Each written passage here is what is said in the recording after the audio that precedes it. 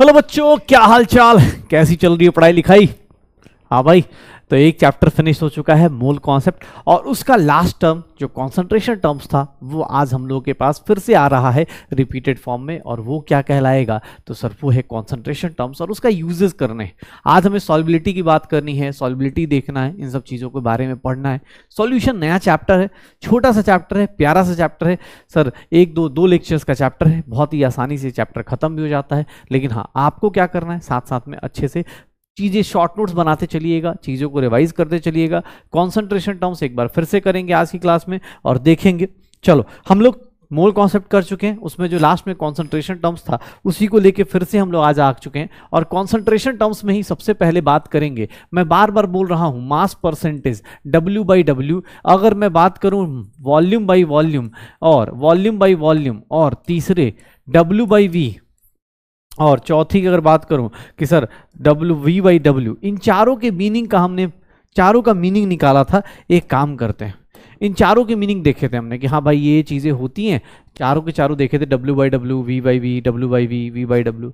अगर कोई बैकलॉग में आके ये वीडियो देख रहा है भाई, प्लीज़ एक बार जाके पीछे देखो, वहाँ पर हमने कॉन्सेंट्रेशन टर्म्स कैसे निकालते हैं। इन सब का कुछ बहुत ज़्यादा डिफिकल्ट फॉर्मूला था नहीं। हाँ, इसका मीनिंग समझना, कैसे लिखते हैं इसका। सर देखिएगा, अगर आपको कहीं ऐसा लिखा हुआ है, सर ऐसा कहीं लिखा हुआ है, एक KOH एक्वस सॉल्यूशन लिखा हुआ है, तो यहाँ पर मीनिंग समझिएगा, इसको कैसे हम डिकोड करेंगे और किस तरह से मीनिंग बनाएंगे इसका। 20% W by W KOH aqueous solution लिखा हुआ है, तो इसका मतलब क्या होता है।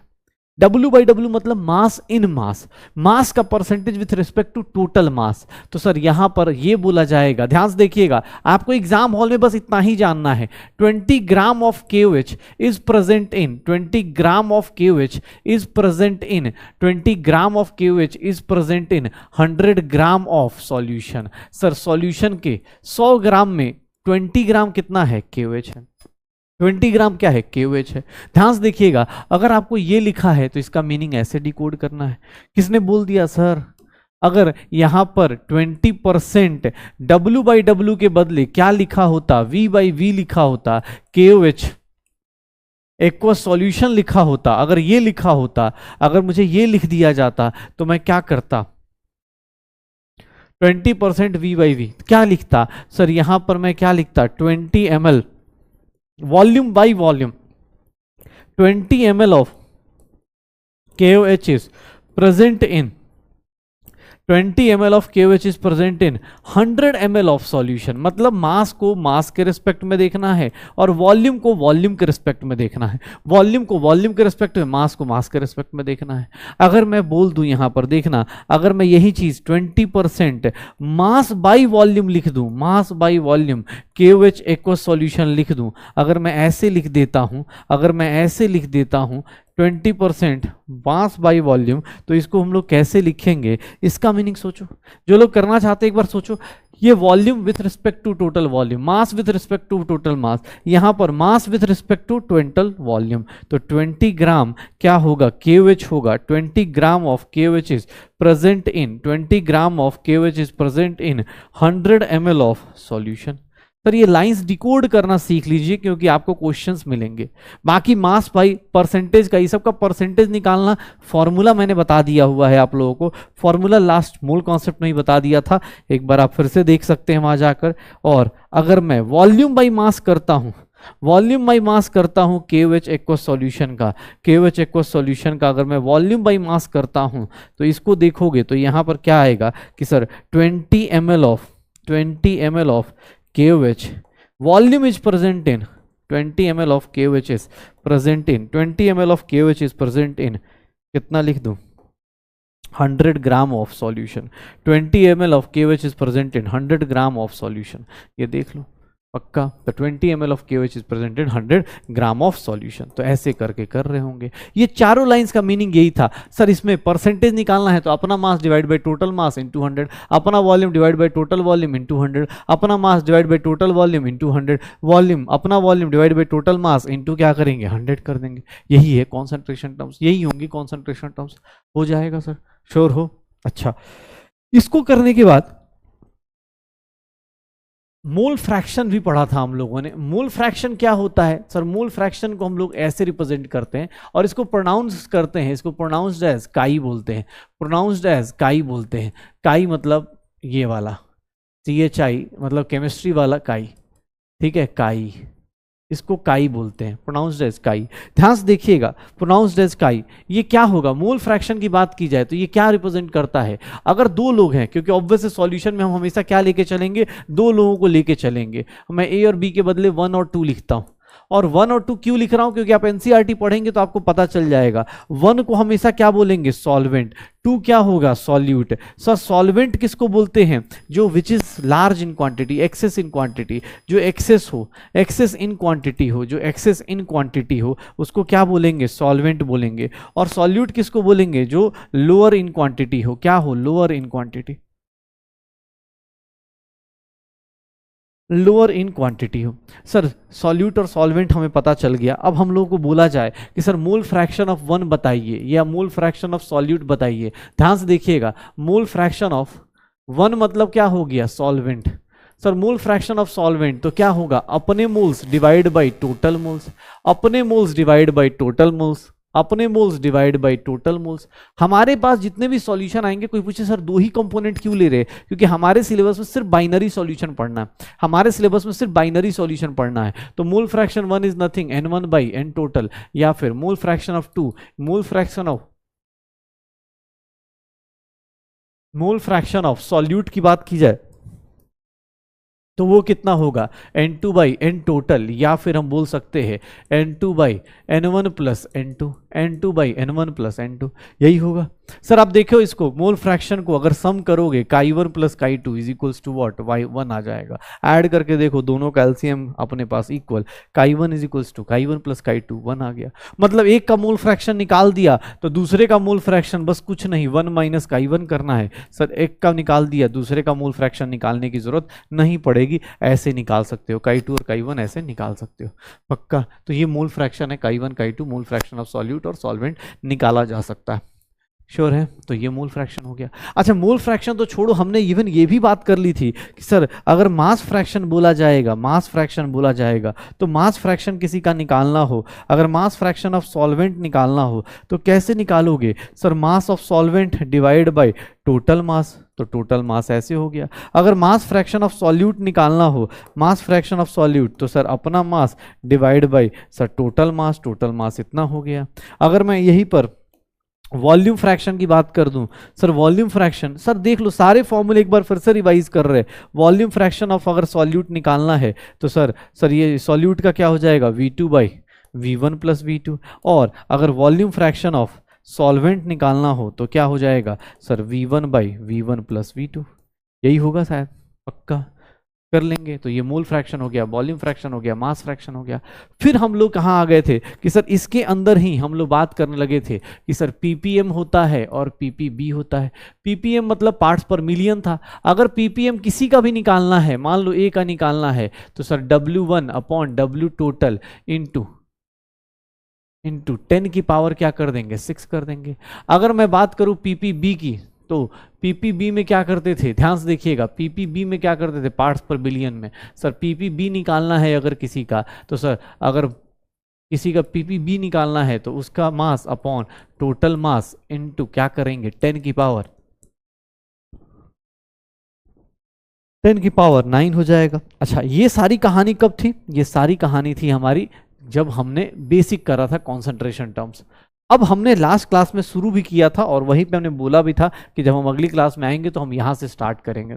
हमने बात करी थी मोलारिटी की। मोलारिटी क्या है? तो सर मोलारिटी किसको बोलते हैं? कि sir molarity is nothing capital M, और ये किसके इक्वल होता है? Number of moles of solute divide by volume of solution. और वॉल्यूम ऑफ सॉल्यूशन किस में लेना है? लीटर्स में लेना है, ये मोल्स में होगा। सर यही होगा, मोल्स पर लीटर। मोलर बोल दो इसको, मोलैरिटी को। अब यहां पर देखोगे तो इसके फॉर्मूले ना, यहां पर देखोगे तो ऐसा ही बन जाता है N2 बाई V, लेकिन ये लीटर में। या फिर हम लोग लिख देते हैं W2 by M2 into 1000 upon volume, किस में लेंगे? ml में।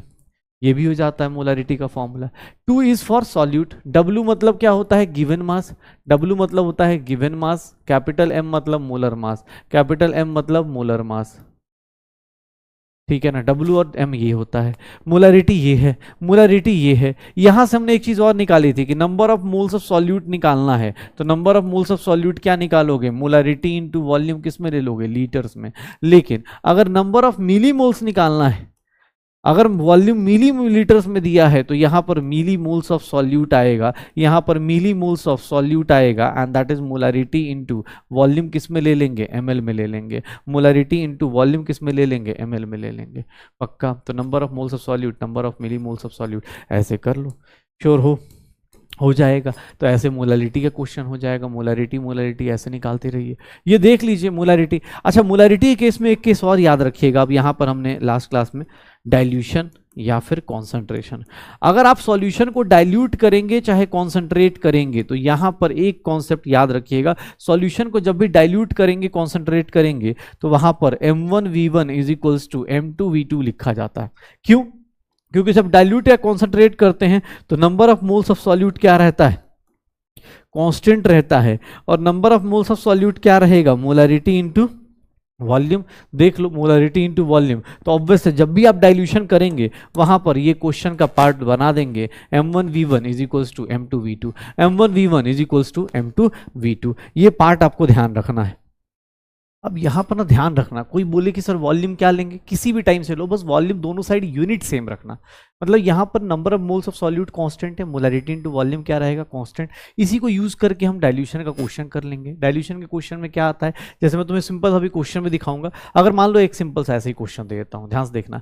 मतलब जब दो लोगों का मल्टीप्लीकेशन कांस्टेंट होता है, इसका मतलब मोलरिटी बढ़ेगी तो वॉल्यूम क्या होना चाहिए, कम। या अगर मैं बोलूँ कि सर वॉल्यूम बढ़ेगा तो मोलरिटी क्या हो जाएगी, कम हो जाएगी, क्योंकि एक दूसरे के इनवर्सली प्रोपोर्शनल चलेंगे। सर एक दूसरे का मल्टीप्लीकेशन अगर कांस्टेंट है तो ऑब्वियस है वो एक दूसरे के इनवर्स प्रोपोर्शनल चलते हैं, तो मोलरिटी इनवर्सली प्रोपोर्शनल टू क्या आ जाएगा, वॉल्यूम। इनवर्सली प्रोपोर्शनल टू क्या आ जाएगा, वॉल्यूम। देखना ध्यान से, अगर मैं यहां बात करता हूं, अगर मैं ऐसे क्वेश्चन दे दूं, अ सॉल्यूशन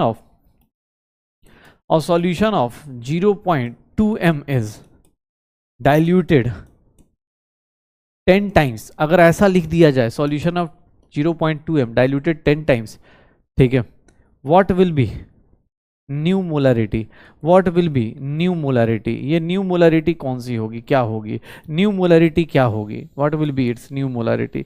मोलरिटी क्या होने वाली है, मोलरिटी क्या होने वाली है, क्या होगा, मोलरिटी क्या हो जाएगी। अगर 0.2 m की डाइल्यूशन कर देते हैं 10 टाइम्स तो क्या हो जाएगा, ध्यान से देखना। इनिशियल मोलरिटी कितनी है, 0.2 m। सर फाइनल निकालनी है, लेकिन इनिशियल वॉल्यूम कितना है, सर V ले लो, सीधा सीधा V ले लो। और ऐसे भी अभी शॉर्टकट भी कर सकते हो। फाइनल मोलरिटी कितनी है, m2 की वैल्यू नहीं पता, सर वॉल्यूम फाइनल कितना होगा, डाइल्यूटेड 10 टाइम्स का मतलब क्या हो गया, वॉल्यूम 10 टाइम्स इंक्रीज कर रहा है, 10 टाइम्स क्या कर रहा है, इंक्रीज कर रहा है। तो ये क्या हो जाएगा, 0.2 into V is nothing, sir m2 into 10v हो जाएगा।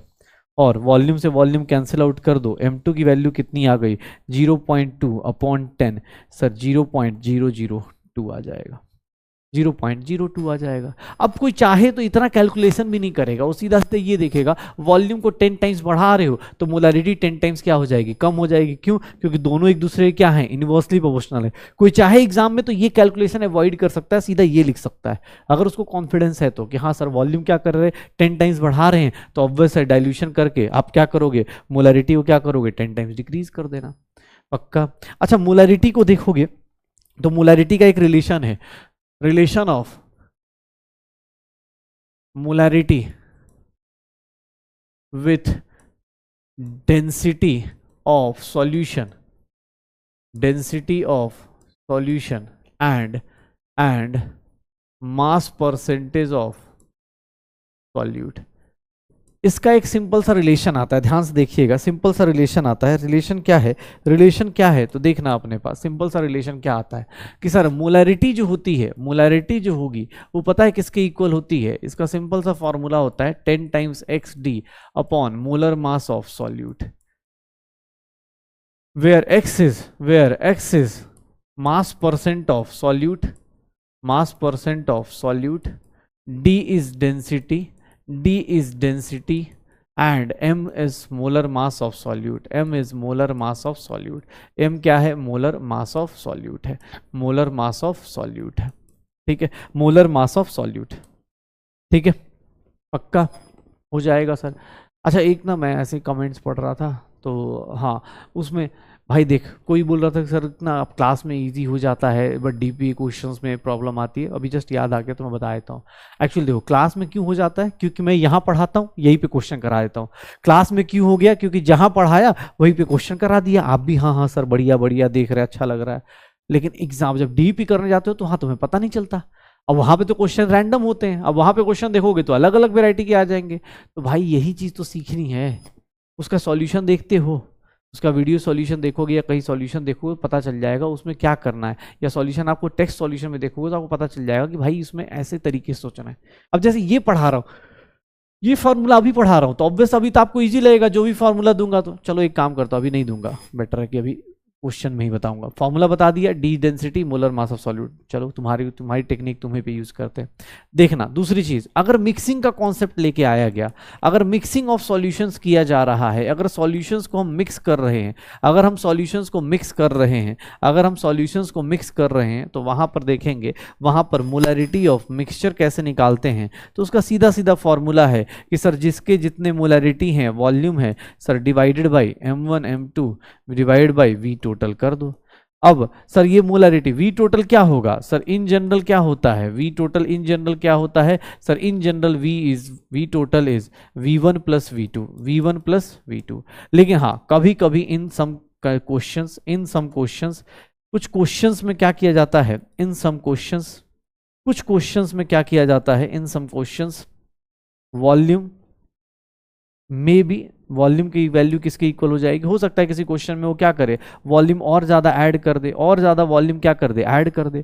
तो मिक्सिंग ऑफ सॉल्यूशंस जब करते हैं तो आपको ये फॉर्मूला याद रखना होता है, M mixture is nothing m1 v1 plus m2 v2 divide by V total. अगर 3 मिक्सचर होंगे तो m1 v1 plus m2 v2 plus m3 v3 divide by V total v1 plus v2 plus v3। लेकिन कुछ questions में देख लेना वहां पर ये चीज मेंशन की जाती है कि पानी ऐड कर दिया, ये ऐड कर दिया, वो ऐड कर, वो चीज आप देख लीजिएगा पक्का। तो रिलेशन देख लीजिए मोलरिटी का किसके साथ, density of solution, mass percentage of the solution, और mixing of solution, dilution of solution. यही 3 केसेस हैं जो आपको जानने हैं। इसके बाद देखेंगे तो हमारे साथ कौन आएगा, तो सर इसके बाद जो कॉन्सेंट्रेशन टर्म्स में आ रहा था, ये कौन सा नंबर था 10 नंबर, तो 11वां नंबर क्या आएगा। 11वां नंबर की बात करें तो हम लोगों की लाइफ में आता है मोलालिटी। मोलालिटी स्मॉल m से रिप्रेजेंट करते हैं और ये किसके इक्वल होता है, number of moles of solute. लेकिन यहाँ पर वॉल्यूम ऑफ सॉल्यूशन नहीं होता, यहाँ पर क्या लिखा जाता है, मास ऑफ सॉल्वेंट, किसमें, केजी में। ये क्या है, मोल्स पर केजी में। सर ये क्या है, मोल्स पर केजी वाला होता है। ये क्या होता है, मोल्स पर केजी होता है। मोलालिटी यही होती है, मोलालिटी यही होती है कि sir number of moles of solute divide by mass of solvent. ध्यान से देखिएगा मोलालिटी की बात कर रहे हैं सर, इसका भी फॉर्मूला देखेंगे तो ये क्या लिख दिया जाएगा, W2 by M2 into 1000 upon W1 kg ग्राम में। और अगर यही चीज N2 बाई W kg में लिख दिया जाएगा, मास ऑफ सॉल्वेंट kg में लिख दिया जाएगा। तो ये सब देख लेना। मोलालिटी का यूनिट देखोगे तो यूनिट बहुत सही आता है, मोल्स पर kg आता है, मोल्स पर kg, या फिर इसी को हम लोग क्या बोल देते हैं, मोलल बोल देते हैं। अब इसका रिलेशन याद रखिएगा, अभी जो बताने वाला हूं वो रिलेशन ऑफ मोलालिटी, ध्यान से देखिएगा, मोलालिटी विथ मोल फ्रैक्शन, ये बहुत सही सही क्वेश्चन आएंगे। अब ये सब रिलेशंस ना आपको डायरेक्ट याद रखने हैं, क्यों, क्योंकि सर आप एग्जाम हॉल में डिराइव नहीं करने जाएंगे, आप वहां पे डिराइव करने जाएंगे ज़्यादा टाइम लग जाएगा। अगर मोलालिटी की बात करते हैं स्मॉल m की, तो देखिएगा मोलालिटी क्या होता है, chi2 by chi1 into 1000 upon molar mass of solvent 1। देखिएगा ये क्या है, मोल फ्रैक्शन ऑफ सॉल्यूट है divide by mole fraction of solvent होगा, इंटू क्या करेंगे 1000 अपॉन क्या हो जाएगा, मोलर मास ऑफ सॉल्वेंट हो जाएगा। सर ये ध्यान रखिएगा, ये फॉर्मूला डायरेक्ट यूज कीजिएगा, कोई दिक्कत नहीं। Relation of molality with mole fraction, देखिए मैं आपके सारे फॉर्मूले कर रहा हूं। जो लोग बोल रहे थे, कुछ लोग बोल रहे थे सर शॉर्ट नोट्स आप बना रहे हो, भाई ये रहा हमारे लिए शॉर्ट नोट्स। अब इससे ज्यादा शॉर्ट नोट्स का मतलब क्या होता है, अभी तुमसे सारे क्वेश्चन तुम्ही से करवाऊंगा, बस मैं फॉर्मूला बता दे रहा हूं ताकि मुझे ये लगे कि हाँ फॉर्मूले रह गए थे लास्ट अपने पास। और क्या बोला गया कि सर अगर तुमसे कोई बोल दे कि relation between capital M molarity वाला, molarity and small m molarity and molality. अगर मोलारिटी और मोलालिटी के बीच में, कैपिटल एम और स्मॉल एम के बीच में अगर डिफरेंस निकालने को बोल दिया जाए तो यहां पर क्या होने वाला है, ध्यान से देखना। मोलारिटी और मोलालिटी का रिलेशन सर, मोलालिटी जो होती है, स्मॉल एम जो होगा वो कैसे निकालेंगे, तो देखिएगा 1000 times molarity divided by 1000 times density minus molarity into molar mass of solvent, into molar mass of solvent. Sir ये देख लीजिएगा, ये रिलेशन आप यूज करके डायरेक्ट क्वेश्चन सॉल्व कर सकते हो, डायरेक्ट क्वेश्चन सॉल्व कर सकते हो। ये सारे फॉर्मूलाज मैंने शॉर्टकट वाले आपको बता दिए हैं। ये देख लीजिए, मोलालिटी का मोल फ्रैक्शन के साथ, मोलारिटी का मास परसेंटेज के साथ, मोलालिटी का 1000 times M divide by 1000 times d minus M into molar mass of solvent, ये आ जाएगा। यही कॉन्सेंट्रेशन टर्म्स, इतने ही कॉन्सेंट्रेशन टर्म्स के ऊपर घूमते रहना है, क्वेश्चन करते रहना है, इतने में ही आपका काम हो जाएगा, इतने में ही आपका काम हो जाएगा। जितना आपको बताया ना इतने में ही हो जाएगा। ठीक है, आप देखिए वॉल्यूम बाई वॉल्यूम परसेंटेज निकालना है। वॉल्यूम बाई वॉल्यूम कैसे निकालते हैं, अपना volume divide by total volume, अपना volume divide by total volume, अपना volume divide by total volume. तो भाई निकाल दो इसमें। वॉल्यूम परसेंटेज कैसे निकालोगे, तो sir volume by volume alcohol का निकालना है। तो अल्कोहल का अपना वॉल्यूम कितना है 15 और टोटल वॉल्यूम कितना हो गया 75, इनटू क्या कर देंगे 100, ये क्या हो गया 5 टाइम्स, ये कितना हो गया 20। सर 20% वॉल्यूम बाई वॉल्यूम आ गया, निकाल दे भाई, यही है। इस क्वेश्चन कीजिए, 60% बाई मास दिया है। 60% बाई मास का मतलब क्या होता है, 60% बाई मास ऑफ CH3OH, इसका मतलब 60 ग्राम क्या है CH3OH है इन 100 ग्राम ऑफ सॉल्यूशन। अब देख लो सर, मास ऑफ CH3OH कितना आ गया sir 60 gram. Sir mass of water कितना आएगा, यहां पर पानी का मास कितना आएगा सर 40 ग्राम। एक काम करो, नंबर ऑफ मोल्स निकाल दो सबके, नंबर ऑफ मोल्स निकाल दो। 60 अपॉन क्या आ जाएगा, ये 60 अपॉन कितना आ जाएगा सर, ये 32 आ जाएगा। और इसके नंबर ऑफ मोल्स निकालने चाहोगे तो ये कितना हो जाएगा 40 अपॉन 18 आ जाएगा। एग्जैक्ट वैल्यू निकालनी है, अगर फास्ट निकालनी है आपको तो एग्जैक्ट वैल्यू के लिए मैं क्या बोलूँ आपको, क्या करेंगे 60 अपॉन 32 क्या हो गया 1.875। और अब यार जल्दी जल्दी कैलकुलेशन करनी है, एग्जाम हॉल में आपके पास टाइम होगा, ऐसा नहीं होगा कि नहीं होगा। इसकी वैल्यू क्या होगी 2.22, ठीक है। नंबर ऑफ मोल्स वाटर आ गया। मोल परसेंटेज निकालनी है, मोल परसेंटेज किसका निकालें, मोल परसेंटेज ऑफ CH3OH निकाल दें। CH3OH के मोल्स परसेंटेज कैसे निकालेंगे, अपने moles divide by total moles. Total moles कितने हो गए, एन टोटल कितना हो गया, एन टोटल कितना हो गया सर 1.875 प्लस 2.22 कितना हो जाएगा 1.875 प्लस 1.875 प्लस 2.22 कितना हो गया 4.095, ये आ गया। अब इसको डिवाइड कर दो 4.095 से, इनटू क्या कर दो 100 कर दो। तो सर 1.875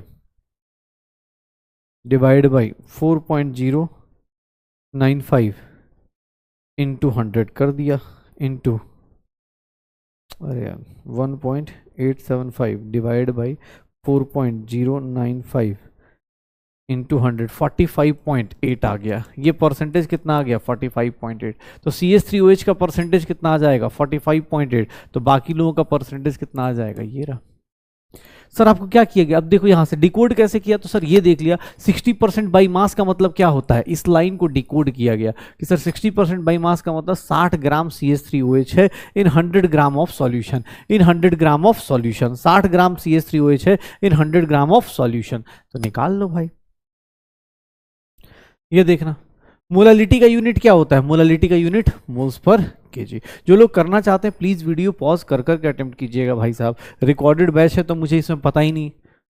अच्छा अब यहीं पर एक चीज और याद रखनी है, क्या सर जिसमें भी volume temperature dependent quantity, temperature dependent कौन होगा, तो सर टेम्परेचर डिपेंडेंट क्वांटिटी कौन सी होगी, डिपेंडेंट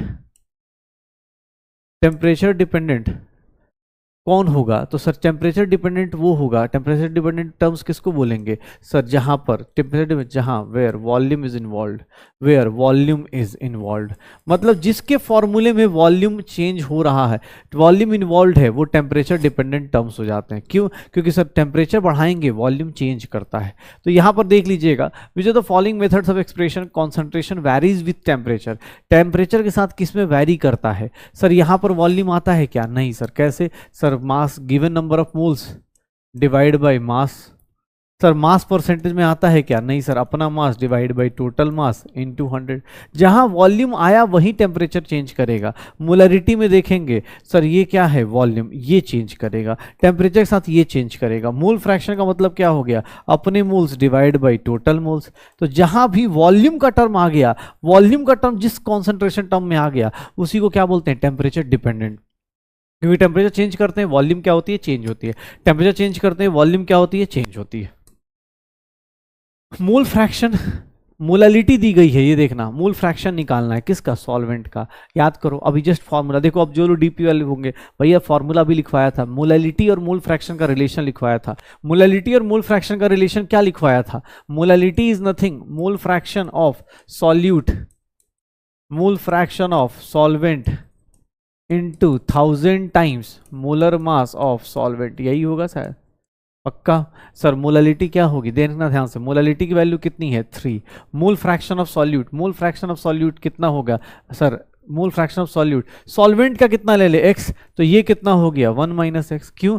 क्योंकि सर अगर इसकी वैल्यू x है तो इसकी वैल्यू क्या होगी? 1 माइनस एक्स। आपने इसको x क्यों लिया? क्योंकि मुझे मोल फ्रैक्शन ऑफ सॉल्वेंट निकालना है, तो उसकी वैल्यू x ले लेता हूं, दूसरे की वैल्यू कितनी ले लूंगा? 1 माइनस एक्स। सर ये किसका सॉल्वेंट कौन है इसमें? एक्वस। एक्वस मतलब पानी है। एक्वस मतलब क्या हो गया? पानी है। तो सॉल्व कर लो अब इसको। ये कितना हो गया?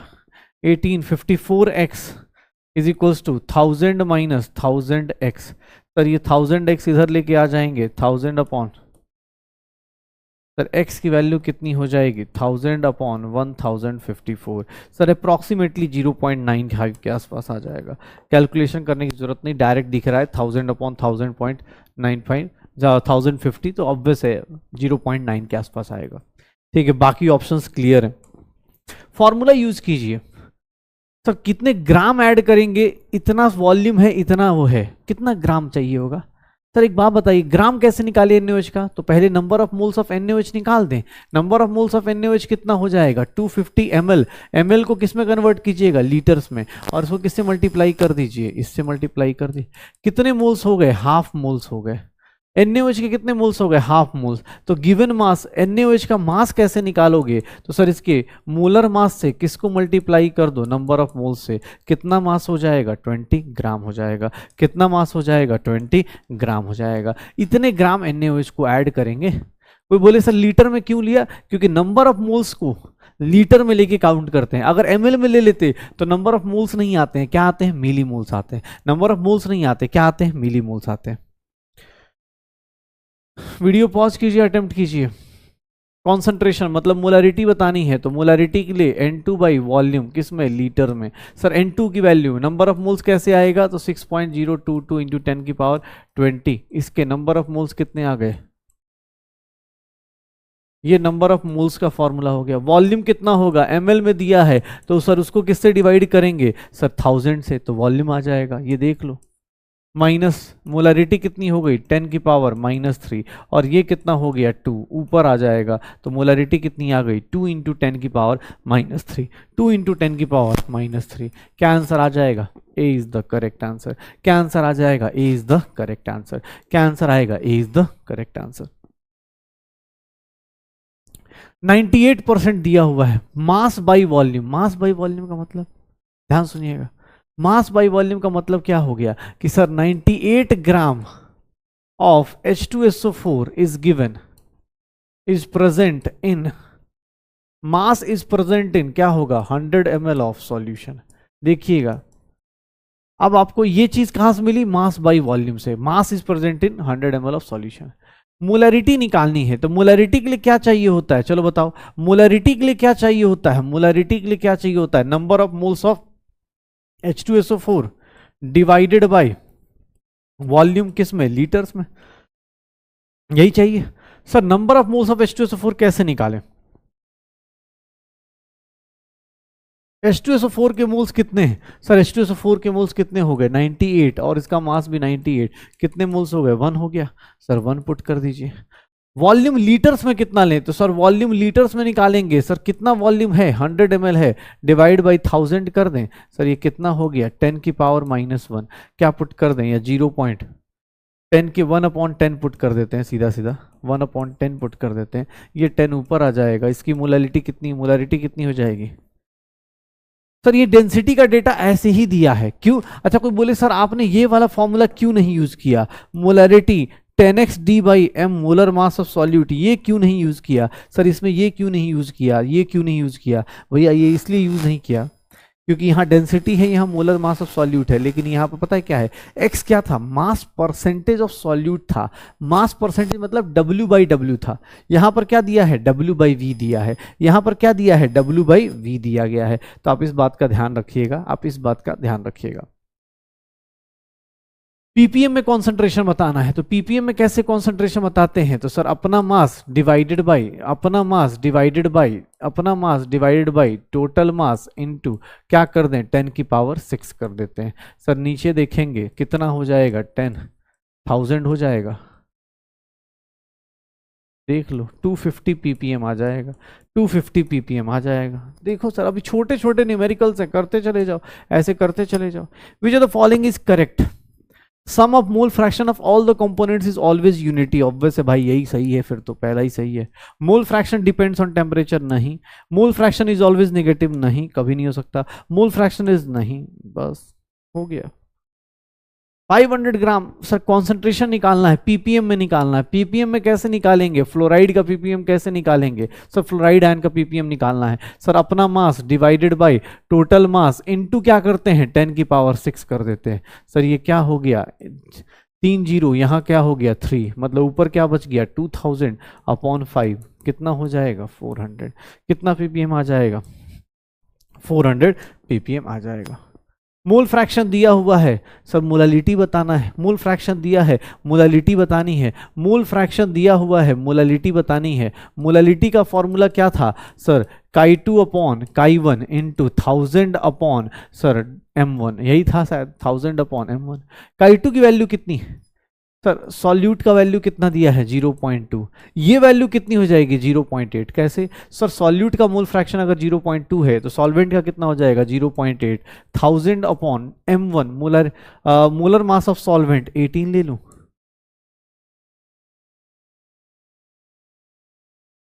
टू 250/18 हो जाएगा। कितना हो जाएगा? 250/18 हो जाएगा। और 250/18 करोगे सर 18 250/18 कितना आ जाएगा? यहाँ तक मुझे लग रहा है 13.8 आएगा, बाकी चेक कर लेते हैं। 13.8, ठीक है, 13.8 आ जाएगा, यही आंसर होगा पक्का। अबे खत्म क्यों नहीं हो रहा भाई? कितने बचे हैं? चलो यही लास्ट। चलो 2.8% mass by volume. 2.8% mass by volume का मतलब क्या हो गया कि 2.8 ग्राम of KOH 2.8 gram of KOH is present in 2.8 gram of KOH is present in 100 ml of solution. 100 ml of solution. भाई साहब आपको क्या निकालना है? मोलारिटी निकालनी है। अब फॉर्मूला पुट कीजिए प्लीज, जो लोग कर सकते हैं वीडियो पॉज कर करके अटेम्प्ट करते रहिए। भाई रिकॉर्डेड बैच है तो मुझे नहीं पता कौन किस स्पीड से लिख रहा है, कौन किस स्पीड से काम कर रहा है, तो प्लीज आपके अंदर, आपके पास पावर है वीडियो पॉज करने का, आप मजे ले सकते हैं हम लोगों से, ठीक है। मोलारिटी की बात कर रहा हूं तो number of moles of KOH divide by volume किस में? लीटर्स में लेना है। Number of moles of KOH कितना आएगा? सर गिवन मास कितना है KOH का? 2.8। मोलर मास निकालने जाएंगे सर, इसका मोलर मास 56 आएगा। 1/, क्या आ जाएगा? 20। 1/, क्या आ गया? 20। सर वॉल्यूम की बात करें तो वॉल्यूम क्या है? 100/, क्या आ जाएगा? 1000। 1/10 आ जाएगा। सर अब शुरू हो जाइए, कितना हो जाएगा? ये 1/20, और ये कितना हो गया? 1/10। ये कितना हो गया? 1/10। ये देख लो 10/20 हो गया।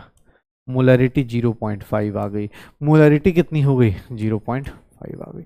मोलरिटी कितनी हो गई? 0.5 आ गई। पक्का। तो भैया इस चैप्टर का और मोल कॉन्सेप्ट का जो बीच का था, देखो भाई जिसको भी हड़बड़ी होगी, अरे सर क्वेश्चन देख ले भाई, सब चीज़ रिलेटेड है ना, तो ऑब्वियस है। अब कल कोई अरे सर भाई कल कॉन्सेंट्रेशन अब इसलिए ज़्यादा नहीं करा पाया था क्योंकि मुझे पता था इधर करा लूंगा। अब आते हैं थोड़ा सा, अब सत्संग चालू करते हैं। सत्संग क्या है, तो भैया अब सॉल्बिलिटी की बात चलेगी। अब सॉल्बिलिटी की बात चलेगी तो एक बार सॉल्बिलिटी को ध्यान से सुनना, सॉल्बिलिटी होती क्या है। देखो भाई ऐसा है, सॉल्बिलिटी को बोलते हैं कि भाई कितनी आपकी मैक्सिमम अमाउंट ऑफ एबिलिटी क्या है, maximum amount of solute that can be added, maximum amount of solute that can be added in a given amount of solvent,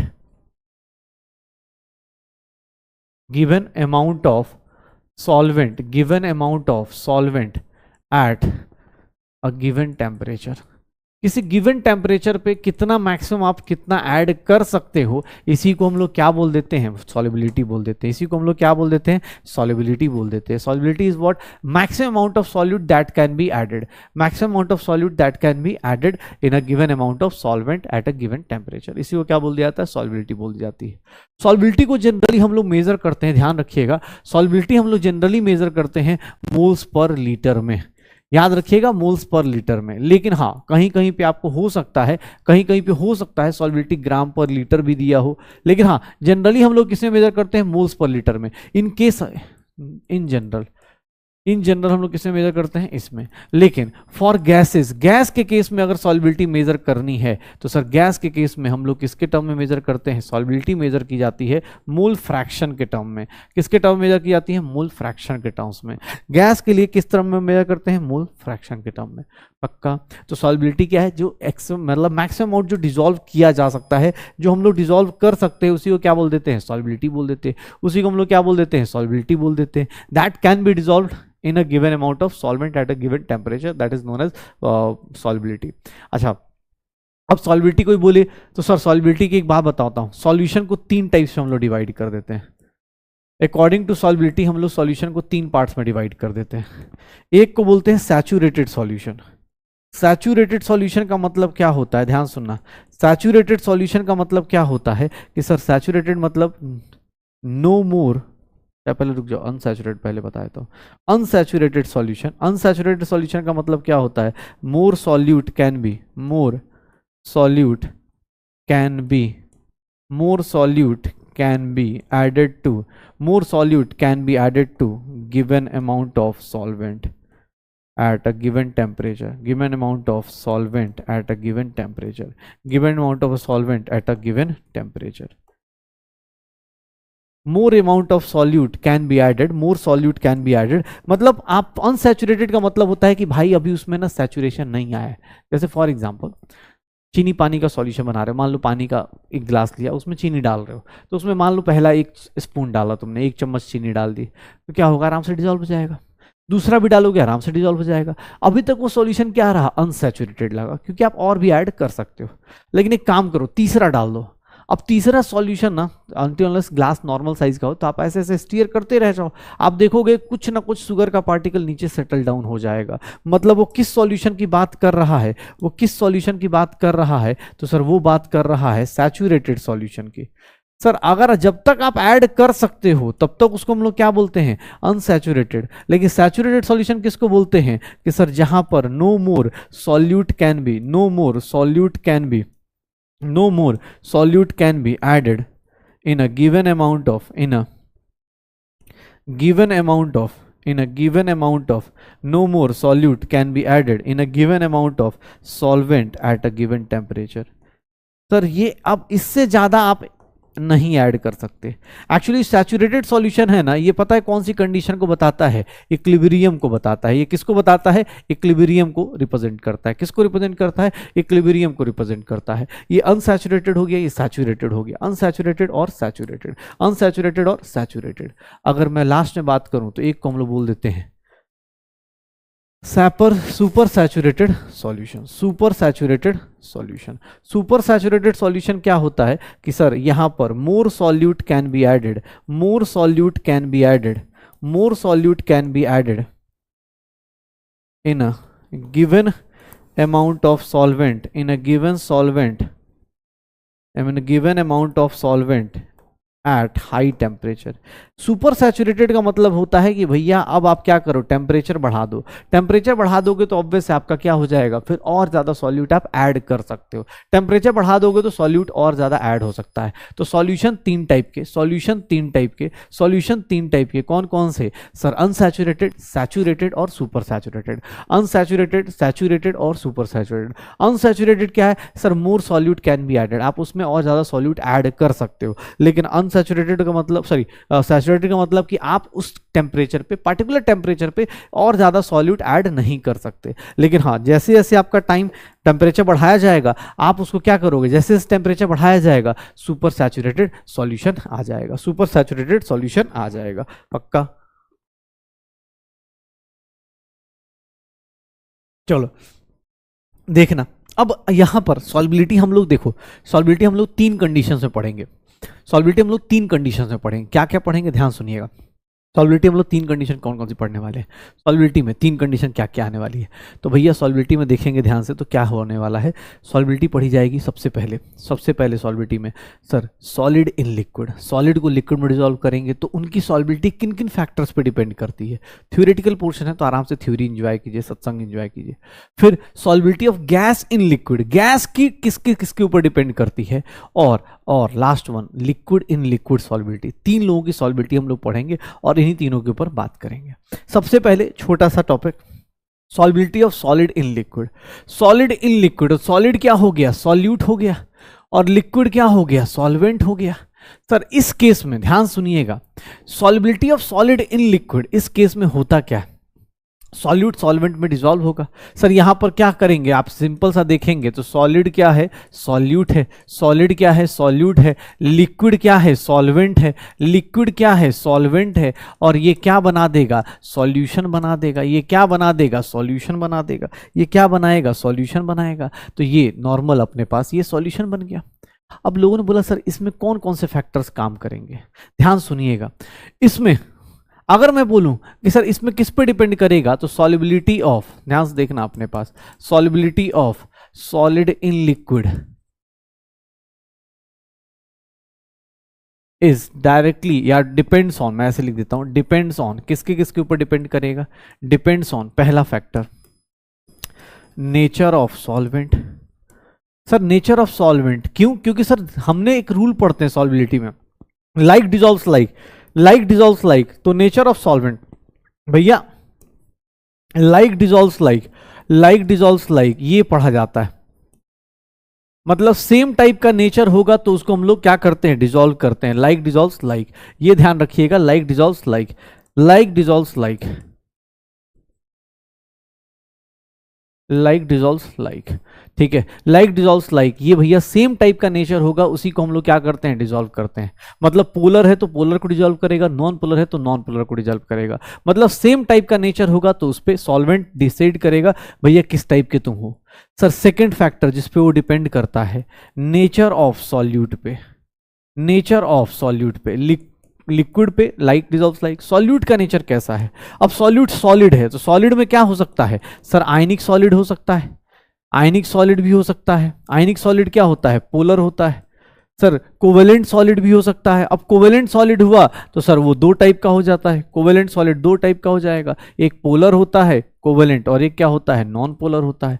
एक पोलर होता है और एक क्या होता है, नॉन पोलर होता है। पोलर जिसके अंदर पोलैरिटी होती है, जैसे NaCl में हमेशा पोलैरिटी होती है, HCl में हमेशा पोलैरिटी होती है, लेकिन ClCl में पोलैरिटी नहीं होती है। तो सर देखेंगे सॉलिड इन लिक्विड की जो सॉल्युबिलिटी है वो दो चीजों पर डिपेंड करती है, nature of solvent, nature of solute पे, nature of solvent, nature of solute पे, और टेम्परेचर पे भी डिपेंड करती है। कैसे सर, अगर आपका reaction if reaction is endothermic, अगर रिएक्शन एंडोथर्मिक है मतलब आप उसको हीट दे रहे हैं, जैसे चाय है, चाय वाला जो प्रोसेस चाय बनाते हैं तो वो प्रोसेस क्या होता है, एंडोथर्मिक होता है। वो प्रोसेस क्या होता है, एंडोथर्मिक होता है। If reaction is endothermic, if reaction is endothermic then उस कंडीशन में टेम्परेचर बढ़ाओगे, टेम्परेचर बढ़ाओगे सर सॉल्युबिलिटी क्या हो जाती है, बढ़ जाती है। शायद देखा होगा चाय जल्दी जल्दी बनानी है तो आप क्या करते हो, टेम्परेचर बढ़ा सकते हो। लेकिन अगर रिएक्शन एक्सोथर्मिक हुआ, अगर रिएक्शन एक्सोथर्मिक हुआ तो उस केस में अपोजिट चला जाएगा। अगर रिएक्शन एक्सोथर्मिक हुआ तो उस केस में आप टेम्परेचर बढ़ाएंगे, सॉल्युबिलिटी क्या हो जाएगी, कम हो जाएगी। टेम्परेचर बढ़ाएंगे, सॉल्युबिलिटी क्या हो जाएगी, कम हो जाएगी। तो देख लो, अगर रिएक्शन एंडोथर्मिक हुआ और रिएक्शन एक्सोथर्मिक हुआ, दोनों एक कंडीशन में अलग अलग आएगी। फोर्थ वन, सर प्रेशर की बात करें तो प्रेशर पे कोई रोल नहीं होता, नो रोल ऑफ प्रेशर, कोई रोल नहीं होता। सर ये 3 मेजर फैक्टर्स है जिसके ऊपर डिपेंड करता है, प्रेशर का तो कोई रोल ही नहीं है। सॉलिड इन लिक्विड, सॉलिड अगर लिक्विड में डिसॉल्व करना है तो आपको किसको देखना पड़ेगा, किस टाइप का सॉलिड है। जैसे आप देखो ना, सॉल्ट देखोगे और चीनी को देखोगे, सॉल्ट जल्दी डिसॉल्व हो जाता है पानी में घुसते ही, क्या उसमें ज़्यादा स्टीयर नहीं करना पड़ता। लेकिन चीनी को, क्योंकि उसमें कोवेलेंट बॉन्ड है तो उसमें ज़्यादा देर तक स्टीयर करना पड़ता है, जैसे घुमाना पड़ता है, तो वही क्या हो जाता है, सॉल्बिलिटी की बात कर रहे होते हैं। सॉलिड इन लिक्विड डिपेंड किस पे करता है, like dissolves like. Nature of solute, ionic solid, covalent solid. Temperature अगर एंडोथर्मिक है, मतलब चाय बनानी है, जल्दी बनानी है, तो आप क्या करते हो, टेम्परेचर बढ़ा देते हो, सॉल्बिलिटी क्या हो जाती है, बढ़ जाती है। टेम्परेचर बढ़ा देते हो, सॉल्बिलिटी बढ़ जाती है। तो वो वाली चीजें। और एंडोथर्मिक में अगर बढ़ाओगे तो एक्सोथर्मिक में कम हो जाएगी। पक्का हो जाएगा सर। तो बस इतना ही जानना है। ये भी 3 टाइप के सॉल्यूशन होते हैं, सैचुरेटेड, अनसैचुरेटेड और सुपर सैचुरेटेड। सैचुरेटेड, अनसैचुरेटेड और सुपर सैचुरेटेड। कहानी चालू होती है यहां से, यहां से चालू होती है। कौन सी कहानी सर, गैस इन लिक्विड। सोच रहे हो गैस, गैस मतलब जो बंदा जिंदगी में खाली घूम रहा था, gas in liquid, gas in liquid. Sir solute और सॉल्वेंट, गैस इन लिक्विड की बात कर रहा हूं, गैस इन लिक्विड की बात कर रहा हूं, सॉल्यूट और सॉल्वेंट की बात कर रहा हूं कि सॉल्बिलिटी ऑफ गैस इन लिक्विड। भाई साहब ये कैसे डिसाइड करेंगे, गैस को अगर लिक्विड में डिसॉल्व करते हो तो भैया गैस पहली बात तो डिसॉल्व ही नहीं होगा। एक बात बताओ, गैस क्यों जाएगा भाई, गैस इतनी रैंडमनेस लेके बैठा है। गैस सॉल्यूट है, लिक्विड सॉल्वेंट है, गैस सॉल्यूट है और लिक्विड क्या है, सॉल्वेंट है। क्या बना रहा है, सॉल्यूशन बना रहा है। गैस और ये देख लो, gas solute plus liquid solvent क्या बना रहा है, सॉल्यूशन बना रहा है।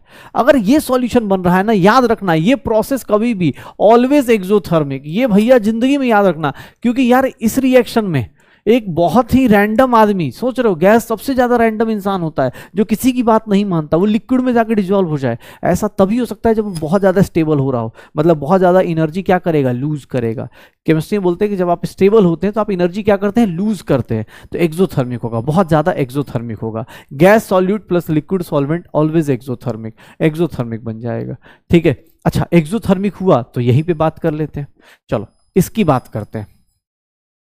इसकी सॉल्बिलिटी किसके किसके ऊपर डिपेंड करेगी, सॉल्बिलिटी ऑफ गैस इन लिक्विड। अगर मैं बात करूं ये किसके किसके ऊपर डिपेंड करेगा, तो डिपेंड्स ऑन, पहली बात भैया पहले कौन सा गैस आएगा, याद रखिएगा कौन सा गैस होगा सर, नेचर ऑफ गैस पे। नेचर ऑफ गैस मतलब नेचर ऑफ गैस क्या है सर, गैस का नेचर। कौन सा गैस का nature sir, nature of gas क्या होता है, ध्यान सुनिएगा। नेचर ऑफ गैस सर, जो गैस सर जो that gas, gas that can B, gas that can be easily liquefied, जो आराम से लिक्विफाई हो सकती है, easily liquefied, have more solubility. जो आराम से लिक्विफाई हो जाए उसकी सॉल्युबिलिटी क्या होगी, ज्यादा होगी, उसकी सॉल्युबिलिटी क्या होगी, ज्यादा होगी। तो नेचर ऑफ गैस मतलब गैस जो आराम से लिक्विफाई हो सके, मतलब solubility is directly proportional to जितना जल्दी गैस लिक्विफाई हो जाए। अब गैस कौन जल्दी लिक्विफाई होगा, जो कौन सा जल्दी लिक्विफाई होगा, जिसका क्या हो जाए, जिसका अट्रैक्शन फोर्स क्या हो, जिसका इंटरमोलिकुलर फोर्स ऑफ अट्रैक्शन क्या हो, थोड़ा अच्छा हो। इंटरमोलिकुलर फोर्स थोड़ा सा क्या होना चाहिए, स्ट्रांग होना चाहिए। जहां पर इंटरमोलिकुलर फोर्स थोड़ा सा भी स्ट्रांग हुआ, वो गैस जल्दी जल्दी लिक्विड में कन्वर्ट कर जाएगी और तभी क्या होगा, डिसॉल्व हो जाएगा। लिक्विड में कन्वर्ट करेगी तो डिसॉल्व हो जाएगा। अच्छा अब कोई बोले सर लिक्विड के बारे में बताओ, भैया ये लिक्विड का सॉल्वेंट का क्या नेचर होता है, लाइक डिसॉल्व्स लाइक, लिखने को लिख सकते हो अदरवाइज छोड़ दो। यहां पर मेजर जो रूल आता है वो है टेम्परेचर का। टेम्परेचर का क्या रोल होगा, ध्यान से सुनिएगा sir, solubility of gas in liquid, solubility of gas in liquid is directly नहीं, inversely proportional to temperature, inversely proportional to temperature. इसी को क्या बोलते हैं, इनवर्सली प्रोपोर्शनल टू टेम्परेचर। याद रखिएगा जितना ज्यादा टेम्परेचर कम होगा उतनी ज्यादा गैस क्या होगी, लिक्विड में सॉल्युबल होगी। क्यों, क्योंकि टेम्परेचर कम करेंगे गैस की काइनेटिक एनर्जी कम होगी, वो उतना आराम से लिक्विड में कन्वर्ट हो जाएगा और लिक्विड में डिसॉल्व हो जाएगा। इसीलिए देखोगे जितना भी हम कोल्ड ड्रिंक पीते हैं, कोक पीते हैं, उन सबको देखोगे हम लो टेम्परेचर पे पीते हैं। क्यों? क्योंकि उसके कार्बोनेटेड ड्रिंक्स बोलते हैं ना, उनको हम लोग क्या बोलते हैं? कार्बोनेटेड ड्रिंक्स बोलते हैं। उनको हम लोग क्या बोलते हैं? Carbonated drinks. कार्बोनेटेड ड्रिंक्स में gas in liquid, gas in liquid है, कार्बोनेटेड ड्रिंक्स हैं, तो उसमें क्या करेंगे? जितना टेम्परेचर कम करोगे उतना मजा आएगा पीने में। कभी भी गर्म कोल्ड ड्रिंक नहीं पीते, क्यों? क्योंकि टेम्परेचर ज्यादा रहेगा, गैस कम डिजोल्व होगी, पीने में मजा नहीं आएगा। तो solubility of gas and liquid याद रखिएगा, ये क्या होगा? जितना टेम्परेचर बढ़ाएंगे उतना कम होगा। इवन मतलब इसका एप्लीकेशन भी साइड बाई कर ही देता हूं, एप्लीकेशन भी याद रखिएगा।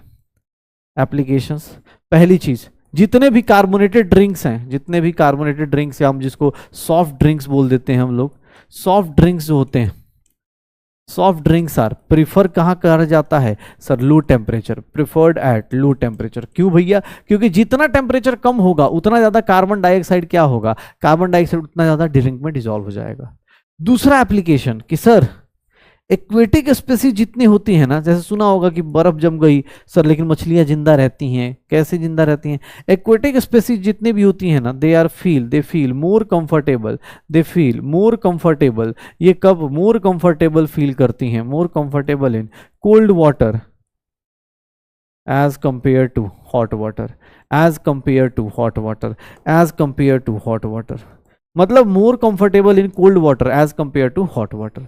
क्यों भाई मोर कंफर्टेबल क्यों है कोल्ड वाटर में as compare to hot water? उसका रीजन देख लो क्या होने वाला है सर। कार्बोनेटेड ड्रिंक्स आराम से लो टेम्परेचर पे प्रेफर होता है। एक्वेटिक स्पेस ज्यादा कंफर्टेबल है कोल्ड वाटर में। क्यों? क्योंकि जितना लो टेम्परेचर होगा उतना ही ऑक्सीजन गैस पानी में ज्यादा डिजोल्व हो जाएगा। तो ऑक्सीजन गैस ज्यादा डिजोल्व हो गई तो जितने भी एक्वेटिक स्पीसीज हैं वो क्या चाहिए? उनको तो ऑक्सीजन गैस चाहिए ना, सांस लेने के लिए बाहर थोड़ी ना आना है, उनको हवा में थोड़ी ना आना है। वो तो आराम से चाहते हैं कि हाँ भाई हम लोग आराम से सांस लें, तो भैया आराम से ये क्या करेंगे? सांस ले लेंगे। Aquatic species feels more comfortable in cold water as compare to hot water. पक्का। तीसरा, और यहीं पे एक लॉ आता है, थर्ड वन। अगर मैं थर्ड बंदे की बात करूं तो यहां पर प्रेशर का रोल ध्यान से देखिएगा। Solubility of gas in liquid, solubility of gas in liquid is directly proportional to pressure, is directly proportional to pressure।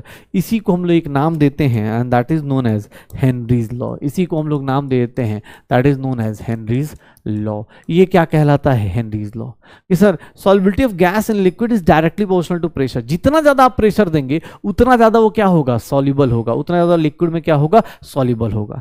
अब यहां पर देखोगे तो दिक्कत क्या आती है? सॉल्युबिलिटी। अब देखना इसके फॉर्मूले कैसे होंगे। अगर सॉल्युबिलिटी आपने किस में मेजर कर दिया? Solubility is in moles per litre या फिर ग्राम पर लीटर, तो याद रखिएगा सॉल्युबिलिटी का यहां पर देखिए solubility is directly proportional to pressure. तो सर यहां पर जो P होगा वो क्या हो जाएगा? K into S. K क्या है? कांस्टेंट है, प्रोपोर्शनलिटी कांस्टेंट हो जाता है। यहां पर जितने भी क्वेश्चंस आएंगे, यहां पर आपके जितने भी क्वेश्चंस आएंगे मोल्स पर लीटर, ग्राम पर लीटर ऐसे लिखा है तो आपको क्वेश्चन न्यूमेरिकल नहीं आएगा, इस बात की गारंटी है। वो ज्यादा से ज्यादा ये कंपेयर करवा लेगा। अगर सॉल्युबिलिटी मोल्स पर लीटर या ग्राम पर लीटर में दी गई है तो इसको हम लोग स्टैंडर्ड फॉर्मूला नहीं मानते हैं। एक्चुअली ये दिया किसने था? हेनरी ने। हेनरी ने क्या करा? सॉल्युबिलिटी को मोल्स पर लीटर, ग्राम पर लीटर में ले लिया था, लेकिन ये फॉर्मूला उतना हिट नहीं हो पाया। क्यों? क्योंकि सर एक चीज बताऊं, यहां अगर टेम्परेचर चेंज कर गया ना तो आपका मोलरिटी क्या होती है? चेंज होती है। टेम्परेचर चेंज किया मतलब वॉल्यूम चेंज होगा, सॉल्युबिलिटी चेंज हो जाएगी।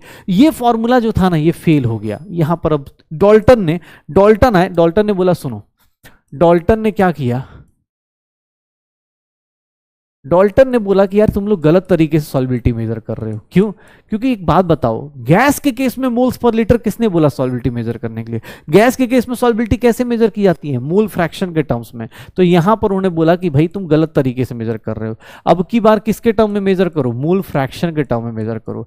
कि सर मोल फ्रैक्शन के टर्म में मेजर करो। तो sir pressure is nothing, KH into काई आ गया। और यहां पर देखेंगे KH क्या हो गया? KH क्या है? That is known as Henry's constant. Dalton ने बोला भाई साहब सुनो, कोई दिक्कत नहीं, आप गलत कर रहे हो। क्यों? क्योंकि आपने एक ऐसा टर्म ले लिया जो टेम्परेचर पर डिपेंड करता है, इसीलिए आपका फॉर्मूला गलत हो जा रहा है। हमेशा कहीं ना कहीं वो फॉर्मूला फिट हो ही नहीं पाया। बस इतना पता है कि solubility is directly proportional to pressure होगी। अगर कंपेयर करेंगे तो S1/S2 डिवाइड बाई P1/P2। लेकिन यहां पर उसने बोला मैं एक ऐसा फॉर्मूला इंटरप्रेट करता हूं जो आपका हर एक जगह वैलिड होगा। अच्छा केज का यूनिट क्या होगा, चलो यूनिट ऑफ केज बताओ। हेनरीज कांस्टेंट का यूनिट क्या होगा सर, यूनिट ऑफ प्रेशर लिख सकता हूं, क्यों, क्योंकि जो मोल फ्रैक्शन होता है वो यूनिटलेस होता है, मोल अपॉन मोल यूनिटलेस हो गया, जो दो लोगों का रेशियो लोगे तो वो क्या हो जाएगा, यूनिटलेस हो जाएगा, तो मोल अपॉन मोल क्या हो जाएगा, यूनिटलेस हो गया। तो ये हेनरीज कांस्टेंट क्या है, यूनिट ऑफ प्रेशर के इक्वल है। तो लोगों ने बोला बड़ा अच्छा है यार, इधर भी प्रेशर उधर भी प्रेशर, बड़ा काम का है। लेकिन एक चीज ध्यान रखिएगा, अब ध्यान सुनिएगा, एट कांस्टेंट प्रेशर, याद रखिएगा कांस्टेंट प्रेशर हो गया तो इसका मतलब केज इंटू काई, केज इंटू काई क्या हो जाएगा, कांस्टेंट। तो सर हमने सब ने पढ़ा है जब दो लोगों का मल्टीप्लीकेशन कांस्टेंट होगा तो केज अगर कम करोगे तो काई की वैल्यू क्या होगी, बढ़ेगी, और अगर केज की वैल्यू ज्यादा हुई तो काई की वैल्यू क्या हो जाएगी, कम हो जाएगी। और दुनिया में याद रखिएगा नॉर्मली हमारा प्रेशर क्या रहता है, कांस्टेंट रहता है। क्यों, क्योंकि यार एटमॉस्फेरिक प्रेशर ही लेके चलते। जब तुम चीनी पानी घर में सब्जी बनाते हो या कुछ भी करते हो, चाय बनाते हो, तो यही मान के चलते हो ना एटमॉस्फेरिक प्रेशर सब जगह बराबर है। तो भैया देख लो प्रेशर क्या रहेगा, कांस्टेंट। अगर तुम्हारा यूनिट कांस्टेंट हेनरीज कांस्टेंट बड़ा है तो सॉल्युबिलिटी क्या हो जाएगी, छोटी हो जाएगी। ये एक दूसरे के अपोजिट चलेंगे, ये एक दूसरे क्या चलेंगे, अपोजिट चलेंगे, एक दूसरे क्या चलेंगे, अपोजिट चलेंगे। अगर तुमसे किसने बोल दिया, देख लो मोल फ्रैक्शन और केज का ग्राफ बोल दिया ड्रॉ करने को, तो इस ग्राफ का नेचर ऐसा आ जाएगा। लेकिन अगर वही चीज ऐसे दे दी जाए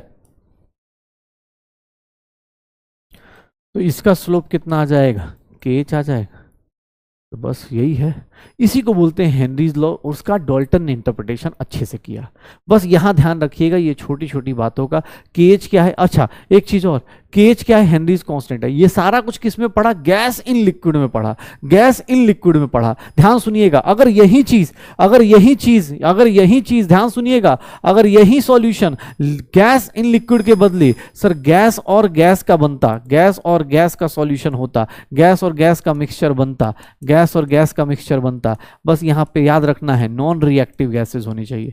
ध्यान सुनिएगा, नॉन रिएक्टिव गैसेस होना चाहिए। पता है सर सेम चीज वहां भी पार्शियल प्रेशर ऑफ गैस जो होता है, पार्शियल प्रेशर ऑफ जो गैस होता है, मान लो पीए किसी गैस ए का ले लेते हैं, गैस ए का, वो भी directly proportional to mole fraction of A होता है। और वहां पर बस देखना पार्शियल प्रेशर ऑफ ए, वहां पर केज के बदले क्या लिख दिया जाता है, P total into mole fraction of A. Sir इसी को हम लोग एक लॉ बोलते हैं and that is known as, इसको हम लोग एक लॉ बोलते हैं जिसको हम लोग बोलते हैं Henry's law, sir Dalton's law of partial pressure, Dalton's law of partial pressure, Dalton's law of partial pressure.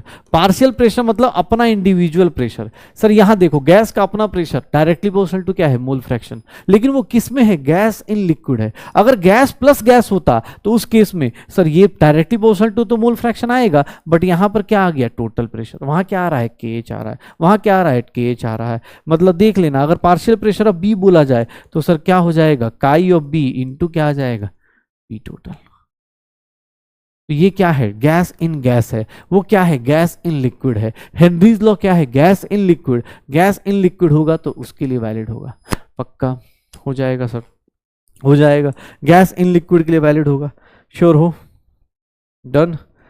चलो अच्छा चलो न्यूमेरिकल्स पे आएंगे, लेकिन उससे पहले ये क्वेश्चन बताना, fishes feels more uncomfortable in warm water due to, क्या फीसेस क्यों अनकंफर्टेबल फील करती हैं वार्म वाटर में, क्यों, क्योंकि सर गर्मी लगती है या क्या होता है, उनके घर में एसी नहीं होता, क्या होता है, ऑब्वियस है जैसे ही टेम्परेचर हाई करोगे सॉल्युबिलिटी क्या हो जाएगी, लो हो जाएगी, लो सॉल्युबिलिटी हो जाएगी। तो आंसर क्या आ जाएगा, सी आ जाएगा, आंसर क्या आ जाएगा, सी आ जाएगा। इस टाइप के क्वेश्चन का आंसर अपने, अब ये क्वेश्चन देख लो ना यार, सी इज द करेक्ट आंसर। क्या है सर, लो सॉल्युबिलिटी। अब देखना किस पे हेनरीज लॉ नहीं एप्लीकेबल होता है। अब यहीं पर दो चीजें मैं बता देता हूं, पहले ही रुक जाओ। Limitations of Henry's law, limitations of Henry's law क्या है कि भैया आप हेनरीज लॉ ने क्या बोला, ध्यान सुनना, हेनरीज लॉ ने बोला कि सर मैं एक बार रिवाइज करा देता हूं, solubility of gas in liquid, solubility of gas in liquid sir directly proportional to क्या होता है, प्रेशर, डायरेक्टली प्रोपोर्शनल टू क्या होता है, प्रेशर, और इनवर्सली प्रोपोर्शनल टू क्या होता है, टेम्परेचर। ठीक है, solubility of gas in liquid directly proportional to pressure, inversely proportional to. अब एक बात बताओ, पहली बात ऐसा ना गैस ले लो, जो ऐसा गैस मत ले लो पता चला लिक्विड से अगर रिएक्शन कर जाए, तो ऐसा गैस मत ले लेना। मतलब gas should not react with, gas should not react with, gas किससे रिएक्ट नहीं करना चाहिए, लिक्विड से रिएक्ट नहीं करना चाहिए। पता चला आपस में रिएक्शन हो गई तो फिर सॉल्युबिलिटी खत्म ही हो गई, फिर तो कुछ और बन जाएगा। दूसरी बात, गैस को आयनाइज भी नहीं करना चाहिए, gas should not be ionised, वो ऐसा ना हो कि उधर जाके उसमें आयनाइज कर जाए, तो आयनाइज भी नहीं होना चाहिए, ठीक है, आयनाइज भी नहीं होना चाहिए। तीसरी बात, लिक्विड गैस, अब देखना सर प्रेशर को भी, अब एक बात बताओ, किसने बोला solubility of gas in liquid, बहुत अच्छी बात है सर, प्रेशर बढ़ाएंगे बढ़ेगा, प्रेशर बढ़ाएंगे बढ़ेगा। अब प्रेशर बढ़ाते गए भाई, ज्यादा प्रेशर बढ़ा दोगे तो मोल फ्रैक्शन की मैक्सिमम वैल्यू कितनी आती है, मोल फ्रैक्शन की मैक्सिमम वैल्यू कितनी आती है, 1 आती है। याद करो, कल भी क्लास में पढ़ा, मोल फ्रैक्शन की मैक्सिमम वैल्यू कितनी आती है, 1। तुमने भिड़ गए, तुम बोले अरे सर देखो ना, ये देखो मोल प्रेशर खूब बढ़ा रहे हैं, प्रेशर खूब बढ़ा रहे हैं, सॉल्युबिलिटी बढ़ती जाएगी, भैया मोल फ्रैक्शन की मैक्सिमम वैल्यू क्या आ जाएगी, 1।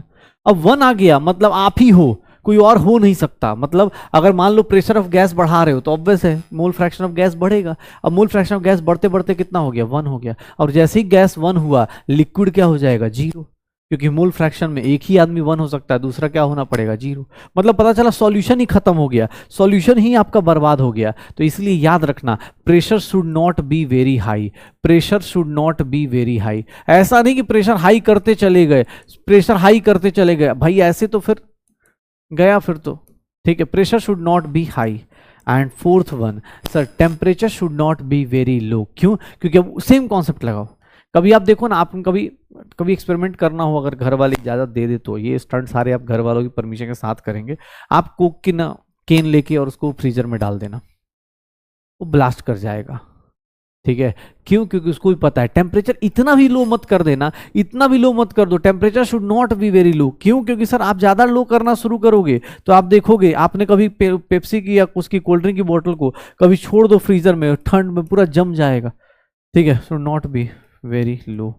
इतना भी लो मत कर देना कि जो उसका लिक्विड पार्ट है वही फ्रीज हो जाए, लिक्विड पार्ट ही फ्रीज हो जाए। क्यों? क्योंकि सर ऑब्वियस है ना, लिक्विड आइस पानी अगर जम जाएगा तो पानी का वॉल्यूम एक्सपेंशन होता है। पानी एक ऐसा यूनिक लिक्विड है जिसको इसका टेम्परेचर कम करते हैं तो उसका वॉल्यूम बढ़ जाता है, पानी का वॉल्यूम बढ़ जाएगा, पता चला ब्लास्ट कर जाएगा पूरी बॉटल। तो ये होता है, temperature should not be very low. याद रखना, प्रेशर एक तो हाई नहीं होना चाहिए, टेम्परेचर बहुत कम नहीं होना चाहिए, ठीक है ना, ये लिमिटेशन है। Gas for which Henrys law is not applicable. तो गैस किसके लिए हेनरीज लॉ एप्लीकेबल नहीं होगा? पानी के साथ किसका रिएक्शन नहीं होगा? सर H2O लिक्विड में कौन डिजॉल्व नहीं, किसके ऊपर हेनरीज लॉ नहीं लगा सकते हो? सर हीलियम पानी से रिएक्शन करता है क्या? नहीं। जेनॉन करता है क्या? नहीं। नाइट्रोजन पानी से रिएक्शन करेगा क्या? नहीं। सर HCl पानी में जाके क्या कर देगा? H+ बना देगा, और क्या बना देगा? Cl-। तो इसके ऊपर हेनरीज लॉ वैलिड नहीं होता है। याद रखिएगा, जो गैसेस रिएक्शन कर जाए या जाके वहां डिसोसिएट कर जाए, आयनाइज कर जाए, उनके ऊपर फिर हेनरीज लॉ नहीं लगेगा, क्योंकि वो गैस रहा नहीं ना, वो तो आयंस बना लिया, तो उसके ऊपर हेनरीज लॉ नहीं लगता है। ये देखिएगा, dissolution of ammonia in water does not follow Henry's law. बात तो सही है। क्यों? क्योंकि सर अमोनिया पानी में जाएगा, अमोनिया पानी में जाएगा तो क्या बना देगा? सर NH4+ बना देगा और OH- बना देगा। NH4+ जाएगा, अमोनिया क्या बना देगा? NH4+ और OH-। तो पहला स्टेटमेंट भी क्या है? सही है। और दूसरा स्टेटमेंट भी क्या है? सही है। सर दूसरा स्टेटमेंट भी क्या है? सही है। ये कहाँ से उठ के आ गया भाई? ये बीच में unit of KH is same of, कुछ गड़बड़ है क्या? ये कहाँ से आ गया?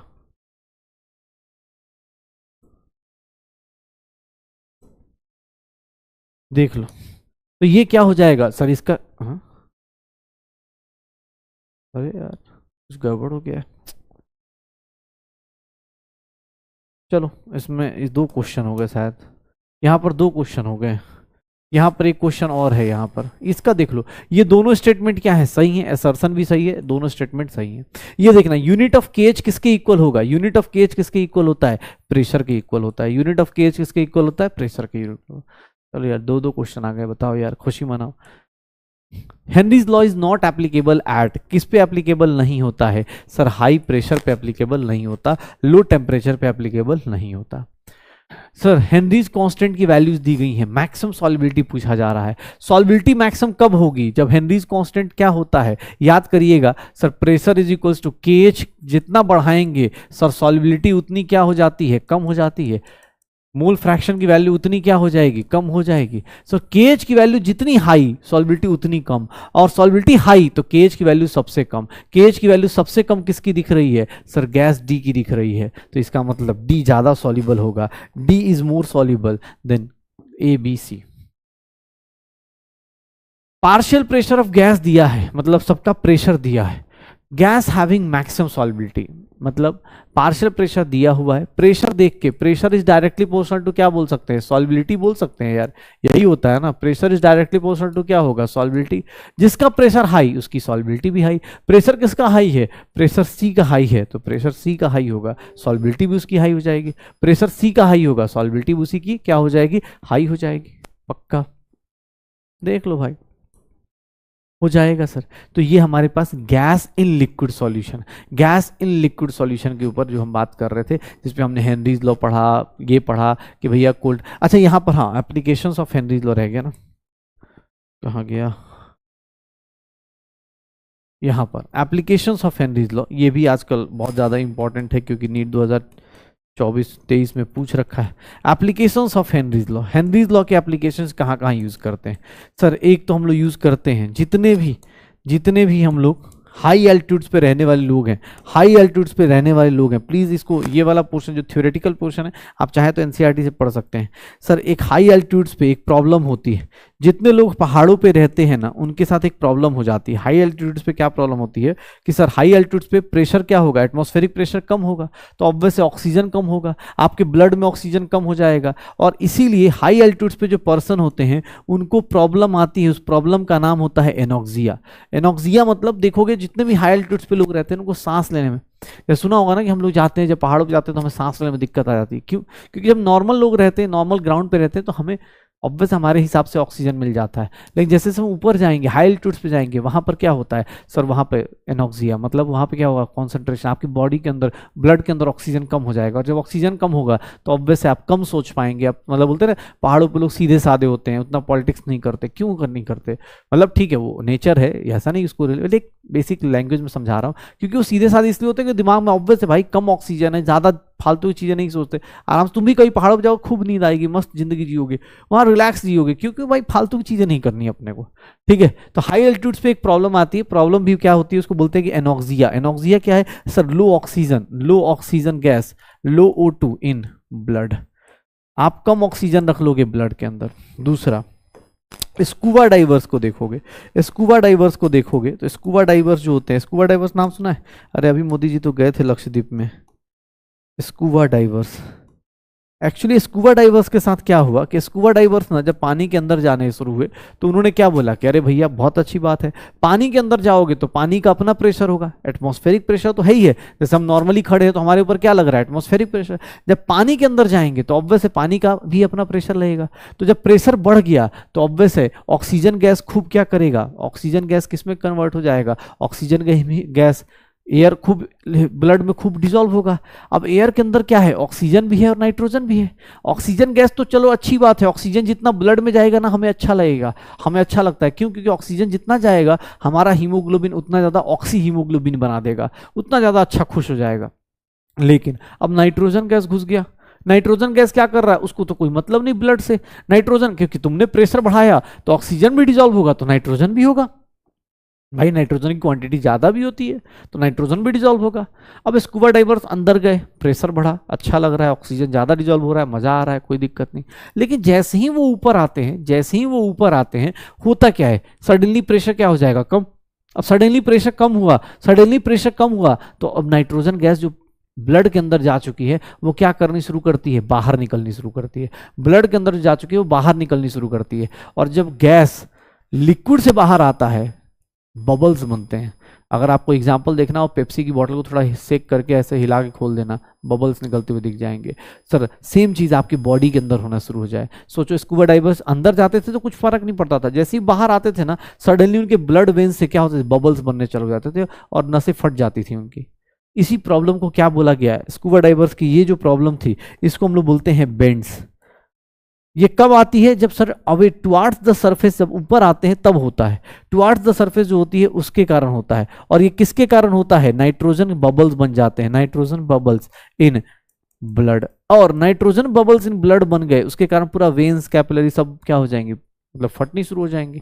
अब इसको अवॉइड करने के लिए, इसको अवॉइड करने के लिए, टू अवॉइड बेंड्स, हम अवॉइड करने के लिए, टू अवॉइड बेंड्स, हम इसको अवॉइड करने के लिए, बेंड्स को अवॉइड करने के लिए हम लोग क्या करते हैं, to avoid bends we add helium gas, helium gas 11.7% in cylinder.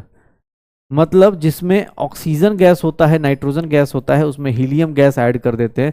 क्यों? क्योंकि हीलियम गैस की सॉल्युबिलिटी क्या होती है, लो सॉल्युबिलिटी होती है ब्लड में, low solubility in blood, low solubility in blood, ये सॉल्युबिलिटी काफी कम होती है। तो इसी को क्या बोलते हैं, एप्लीकेशन। सर दो एप्लीकेशन देखिए, हाई एल्टीट्यूड्स पे जो प्रॉब्लम होती है उसको क्या बोलते हैं, उसको बोलते हैं एनॉक्सिया, उसको क्या बोलते हैं, एनॉक्सिया। और स्कूबा डाइवर्स जो यूज करते हैं वो क्या होता है कि सर वहां पर ना जब जाएंगे आप, कभी आप ऑब्वियस आप मेडिकल कॉलेज पहुंचिए और वहां पर जाके कभी स्कूबा डाइविंग कीजिए, आपको पता चलेगा वो लोग जो गैस सिलेंडर यूज करते हैं वो नॉर्मल गैस सिलेंडर एयर वाला नहीं होता, उसमें हीलियम गैस डाल दिया जाता है ताकि आपके क्या हो जाए, आपके बॉडी के अंदर वो वाली प्रॉब्लम्स ना आए जब आप ऊपर आ रहे हो। तो स्कूबा डाइवर्स को प्रॉब्लम कौन सी आती है, बेंड्स। हाई एल्टीट्यूड्स पे कौन सी प्रॉब्लम आती है, एनॉक्सिया। ये ध्यान रखिएगा क्योंकि क्वेश्चन ये सब पूछा जाएगा, क्वेश्चन ये सब पूछा जाएगा।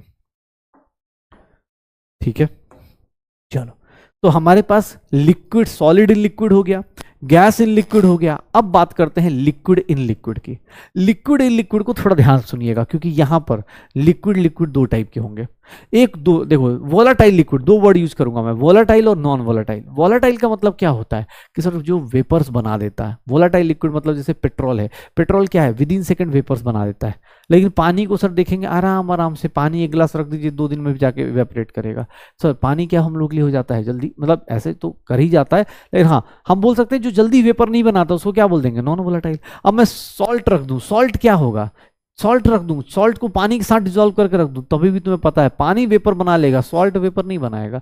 तो दो टाइप के लिक्विड्स होते हैं, दो टाइप की चीजें होती हैं। एक वोलाटाइल होता है जो जल्दी जल्दी वेपर्स बना ले, और एक होता है नॉन वोलाटाइल जो उतने ज्यादा वेपर्स नहीं बनाता है। तो लिक्विड लिक्विड सॉल्यूशन में हम लोग जो अभी पढ़ने वाले हैं वो कौन कौन से लिक्विड पढ़ने वाले हैं, तो सर वोलाटाइल लिक्विड,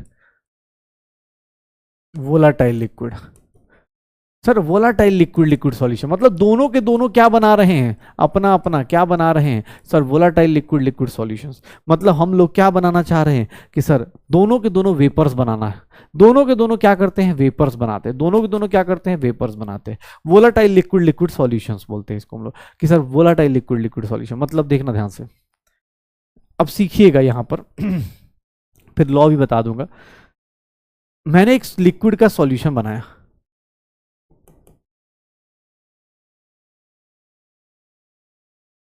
लिक्विड का सॉल्यूशन बनाया, ये देखिएगा। अब इसमें मैंने ए और बी को मिक्स कर दिया, मैंने इसमें ए और बी को मिक्स कर दिया। मतलब मैं दो लिक्विड्स को ऐड किया जिसमें ए भी वोलाटाइल है और बी भी वोलाटाइल है। ध्यान से देखिएगा, ए और बी दोनों को मिक्स कर दिया, ये दोनों के दोनों मिक्स हो गए। चलिए अब खुद से सोचिएगा, ध्यान से देखिएगा। अच्छा चलो, ए और बी है, दोनों चीजें अपने पास दी गई, ए और बी, इसका नंबर ऑफ मोल्स गिवन होगा या फिर जैसे भी होगा नंबर ऑफ मोल्स इसका भी निकाल सकते हैं, मास दिया होगा तो ये भी होगा, मास दिया हो कुछ भी दिया हो नंबर ऑफ मोल्स निकल जाएगा। दोनों लिक्विड लिक्विड हमने मिक्स कर दिए। अब यहां पर क्या देख रहे हैं कि इनके कारण जो वेपर्स बनेंगे वो अपने अपने, अब जैसे ए के वेपर्स मैं इस कलर में बना देता हूं, ए के वेपर्स ऐसे बनेंगे, ठीक है। बी के वेपर्स देखेंगे तो बी के वेपर्स ऐसे बन जाएंगे।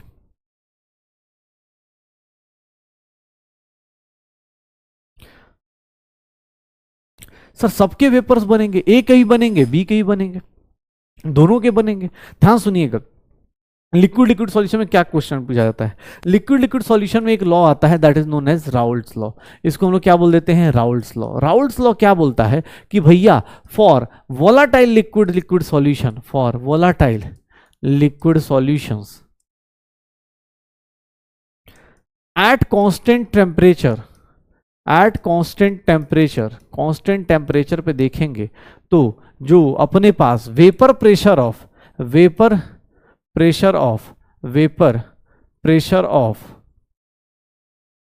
वेपर प्रेशर ऑफ गैस, या हम बोल सकते हैं vapour pressure of liquid, vapour pressure of liquid is directly proportional to, vapour pressure of liquid in solution is directly proportional to, is directly proportional to, ये directly proportional है, is directly proportional to, is directly proportional to, क्या हो जाएगा, mole fraction, mole fraction, it's mole fraction. मतलब ध्यान से देखना, अगर तुमसे बोल दिया जाए कि सर प्रेशर ऑफ ए, जैसे यहां बोलता हूं कि सर ये जो वेपर्स बने, ये वेपर्स ऑब्वियस ए का अपना वेपर प्रेशर होगा, बी का अपना वेपर प्रेशर होगा, तो प्रेशर ऑफ ए मतलब वेपर प्रेशर ऑफ ए बोला जाए, vapour pressure of A in solution अगर मैं पूछूं, या फिर ध्यान सुनना, प्रेशर ऑफ बी मतलब इसको क्या बोलेंगे, vapour pressure of B in solution. अब देखिएगा, ध्यान से सुनिएगा क्या होगा, क्या होगा ये देखना, pressure of A is directly proportional to mole fraction of A, pressure of B is directly proportional to mole fraction of B.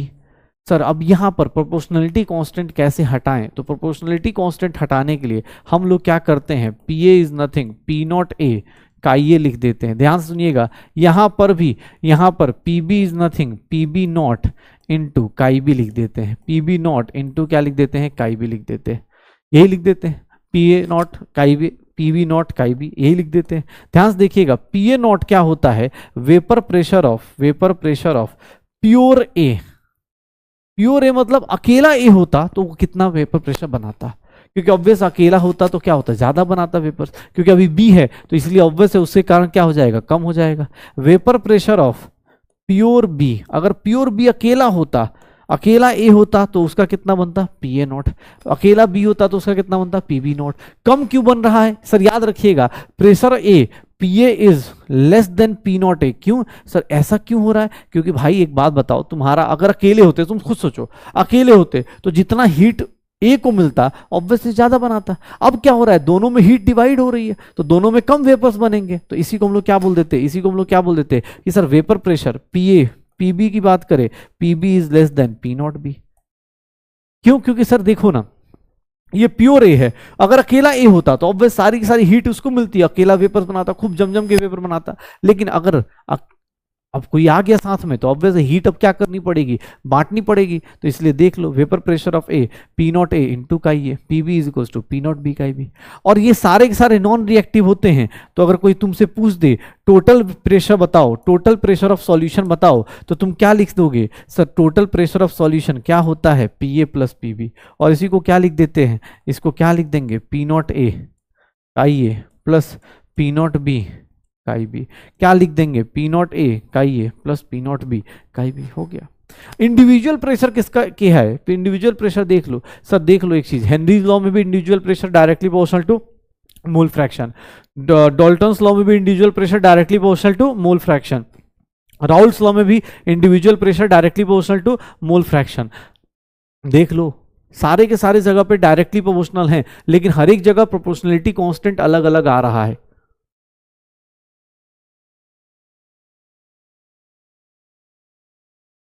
हर एक जगह प्रोपोर्शनलिटी कांस्टेंट क्या हो रहा है, अलग अलग आ रहा है। क्यों, क्योंकि याद करो हेनरीज लॉ में क्या था, के एच आ रहा था, डाल्टन्स लॉ में क्या था, पी टोटल था, यहां पर क्या आ गया, पी नॉट ए आ गया, क्या आ गया, पी नॉट ए आ गया। मतलब ध्यान से देखिएगा, पी टोटल को अगर देखें यहां पे ऐसे फिर से सारे फॉर्मूले लिख देता हूं, P A is nothing P not A chi A, P B is nothing P not B chi B, और पी टोटल ध्यान से देखिएगा, P A plus P B लिखेंगे, या फिर P not A chi A plus P not B chi B लिखेंगे।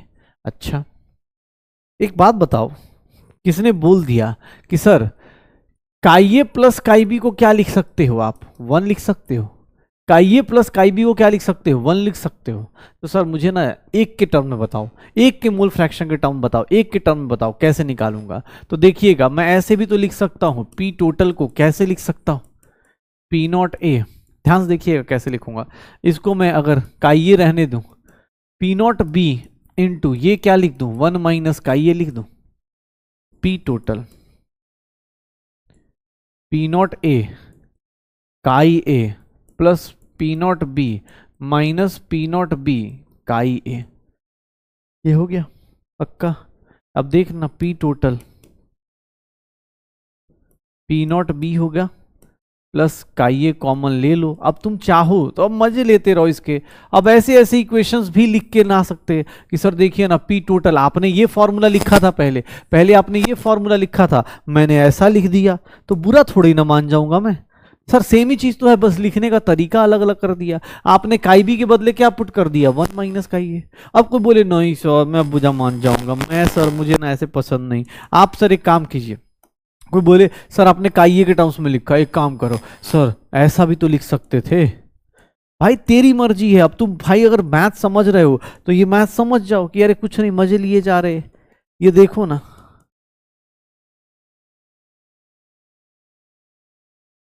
ये है सर यहां पर काई भी कॉमन ले लो तो पी नॉट बी माइनस क्या आ जाएगा, पी नॉट ए आ जाएगा। और ये क्या है, पी टोटल। अब अलग अलग तरीके से जितना मन चाहे उस तरह से लिख दो कि यार ये पी टोटल का एक्सप्रेशन है, ये पी टोटल का एक्सप्रेशन है, ये पी टोटल का एक्सप्रेशन है। जो मन में आए उसको कर दो, कोई दिक्कत नहीं होगी, कोई दिक्कत नहीं होगी। कुछ भी कर लो कोई फर्क नहीं पड़ता। हाँ इसके ग्राफ अब देखना, राउल्ट्स लॉ क्या है, नारुल्ट्स लॉ ये है राउल्ट्स लॉ। राउल्ट्स लॉ क्या बोलता है कि भैया इंडिविजुअल प्रेशर जो होगा डायरेक्टली प्रोपोर्शनल टू क्या होगा, मोल फ्रैक्शन। और डायरेक्टली प्रोपोर्शनल हटाओगे तो क्या होगा, vapour pressure of pure component, vapour pressure of pure component. Numerical मिलेगा आराम से कर लेंगे। मोल फ्रैक्शन निकालने तो आता ही है ना, आज ही बताया है मैंने मोल फ्रैक्शन निकालना, तो मोल फ्रैक्शन निकाल के करते रहो। इसका ग्राफ बहुत सुंदर सा बनता है, इसका ग्राफ बहुत सुंदर सा बनेगा। इसका ग्राफ जो बनेगा ना बड़ा प्यारा सा बनेगा, देखना कैसे। ये पहली बार हमारी लाइफ में क्लोज ग्राफ आते हैं, पहली बार हमारी लाइफ में क्लोज ग्राफ आते हैं। क्लोज ग्राफ क्यों, देखना सर अगर मैं ये मोल फ्रैक्शन का ग्राफ है, इधर क्या होता है, मोल फ्रैक्शन होता है। क्लोज ग्राफ क्यों आते हैं इसका रीजन समझना। सर यहां पर अगर मैं काई ए की वैल्यू 0 ले लूं तो मोल फ्रैक्शन की मैक्सिमम वैल्यू कितनी होती है, मैक्सिमम वैल्यू कितनी होती है, 1 होती है। सर एक बात बताइए, अगर यहाँ काई 0 है तो काई वहां जाके मैक्सिमम कितना हो सकता है, 1 ही हो सकता है, उससे ऊपर तो हो नहीं का। तो क्लोज ग्राफ क्यों है, क्योंकि सर ग्राफ वहीं पे जाके एंड हो जाएगा। और लोअर ग्राफ क्या होता है, ओपन होता है। क्यों, क्योंकि भैया उसमें इनफाइनाइट टाइम तक वैल्यू जा सकती है, यहाँ इनफाइनाइट टाइम नहीं जाएगी। अच्छा दूसरी चीज सर देखिएगा, अगर यहाँ काई 0 है तो यहाँ पर काई बी की वैल्यू कितनी मान दूंगा, 1 ले लूंगा। और यहाँ पर काई अगर 1 है तो काई बी की वैल्यू क्या हो जाएगी, 0। पक्का, श्योर हो। अब देखना भाई ध्यान से देखिएगा, ध्यान से देखिएगा आपकी जिंदगी में क्या क्या चेंजेस आ रहे हैं। Sir pressure P A is directly proportional to mole fraction of A, मतलब प्रेशर ऑफ ए जो चलेगा वो directly proportional to directly proportional to pressure of A जो चलेगा वो डायरेक्टली प्रोपोर्शनल टू क्या चलेगा, ध्यान से देखना। प्रेशर ऑफ ए जो चलेगा वो डायरेक्टली प्रोपोर्शनल टू क्या चलेगा, देख लो। ये लाइन किसकी हो गई सर, ये लाइन किसकी है, pressure of A is directly proportional to mole fraction of A. जैसे जैसे प्रेशर ऑफ ए, सर जैसे जैसे मोल फ्रैक्शन बढ़ेगा pressure of A maximum value कितनी हो सकती है, सर मैक्सिमम वैल्यू कितनी हो सकती है, पी नॉट ए। कैसे, काई ए की वैल्यू 1 पुट करके देखो, पी ए की वैल्यू कितनी हो गई, पी नॉट ए।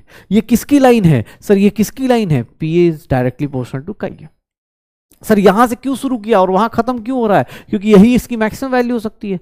सर अगर मोल फ्रैक्शन 0 तो 0, और जैसे जैसे बढ़ाते जाएंगे वैसे वैसे बढ़ता जाएगा। किसने बोला सर, एक बात बताओ, सेम चीज तो आप इसके लिए भी लगा सकते हो, सेम चीज तो आप इसके लिए भी लगा सकते हो, सेम चीज तो आप इसके लिए भी लगा सकते हो। देखना सर ये भी तो आ जाएगा, क्या दिक्कत है, लगाओ। सर इसकी वैल्यू क्या आ जाएगी, pressure of B is directly proportional to chi B. Sir देखो यहाँ काई बी, इसका ग्राफ इधर से क्यों स्टार्ट किया, क्योंकि सर मजबूरी थी। आप अगर इधर से कर देंगे आप फंस जाएंगे। तो ये कितना हो जाएगा, पी नॉट बी। ये पी नॉट ए हो गया, ये क्या हो गया, पी नॉट बी हो गया। ये पी नॉट ए हो गया और ये क्या हो गया, पी नॉट बी हो गया। पक्का समझ में आ रहा है। सर ये देख लो, इसकी वैल्यू यहां पर मैक्सिमम तो उसकी वैल्यू वहां पर मैक्सिमम। ये इसीलिए क्लोज ग्राफ हम लाइफ में पहली बार पढ़ रहे हैं। जो ऊपर की लाइन दी गई है ना, ये पता है किसकी बता रहा है, ये लाइन कौन सा है, एटमॉस्फेरिक प्रेशर का लाइन है। ये एक लाइन किसका है, एटमॉस्फेरिक प्रेशर का लाइन है। ये लाइन किसका है, एटमॉस्फेरिक प्रेशर का लाइन है। ध्यान से देखिएगा। अब मैं अगर अपने पास बोलूं, अब मैं बोलूं आपको, तो देखिएगा क्या होने वाला है। जो टोटल प्रेशर का ग्राफ होगा वो कुछ नहीं, इन दोनों को जोड़ देंगे, इन दोनों को जोड़ देंगे तो ये टोटल प्रेशर का ग्राफ होगा, ये टोटल प्रेशर का ग्राफ होगा। देख लो सर ये क्लोज ग्राफ है, पहली बार आपके पास क्लोज ग्राफ मिल रहा होगा, आप देखेंगे एनसीईआरटी में तो यही क्लोज ग्राफ मिलेगा। ऊपर की लाइन क्या है, एटमॉस्फेरिक प्रेशर की लाइन, यहीं पर बॉइलिंग पॉइंट डिफाइन होता है कि जिस टाइम पे आपका टोटल प्रेशर किसके इक्वल हो जाए, एटमॉस्फेरिक प्रेशर के, उसी को क्या बोल देंगे, बॉइलिंग पॉइंट बोल देंगे, उसी को क्या बोल देंगे, बॉइलिंग पॉइंट बोल देंगे। जिस टाइम पे ये लाइन यहाँ जाके टच कर जाए उसी को क्या बोल देंगे, सर बॉइलिंग पॉइंट बोल देंगे। पक्का? तो देख लो आप सर, देख लीजिए सारे के सारे ग्राफ, ये ग्राफ वाइज भी देख लीजिए, इसी को बोलते हैं कि जो राउल्ट्स लॉ फॉलो करेगा वो स्ट्रेट लाइन फॉलो करता है। अभी ये इसके अंदर डेविएशन भी आएगी, आज ही पता चल जाएगी, लेकिन हाँ ये देख लीजिए, न्यूमेरिकल्स कर सकते हैं सर, इसके ऊपर न्यूमेरिकल्स आ सकता है। अच्छा चलो, एक पी टोटल दिया है, P not A chi A plus P not B chi B. चलो मैं एक लाइन बताता हूं, अगर काई ए की वैल्यू 0 पुट कर दी तो सर उस टाइम पे काई बी की वैल्यू कितनी होगी, 1। काई ए अगर 0 हो गया, अगर काई ए 0 है तो काई बी की वैल्यू कितनी हो गई, 1। और इस टाइम पे पी टोटल किसको रिप्रेजेंट करेगा, पी नॉट बी को। देख लो सर, अभी क्वेश्चन आएंगे आपको पता चल जाएगा। अगर ये कंपोनेंट 0 तो ऑब्वियस है सर दूसरा कंपोनेंट क्या हो जाएगा, सर वही उसका क्या करेगा। अगर काई ए की वैल्यू 1 हो गई तो उस काम केस में काई बी की वैल्यू 0, उस टाइम पे पी टोटल किसको रिप्रेजेंट करेगा, पी नॉट ए को। बस करते रहो, अब ये छोटे छोटे प्यारे प्यारे चीजें, इसी को लेके अब आराम आराम से क्वेश्चन सॉल्व करते रहिए, देखेंगे, बढ़ते रहिए। ये सारा का सारा क्वेश्चन, अब देखो इसके क्वेश्चन कैसे आते हैं। न्यूमेरिकल देखो बहुत इजी से आएंगे, बस अटेम्प्ट करना है, करिए, अटेम्प्ट करना है, करिए। वीडियो पॉज कीजिए, अटेम्प्ट कीजिए, वीडियो पॉज करिए, अटेम्प्ट कीजिए इस क्वेश्चन को।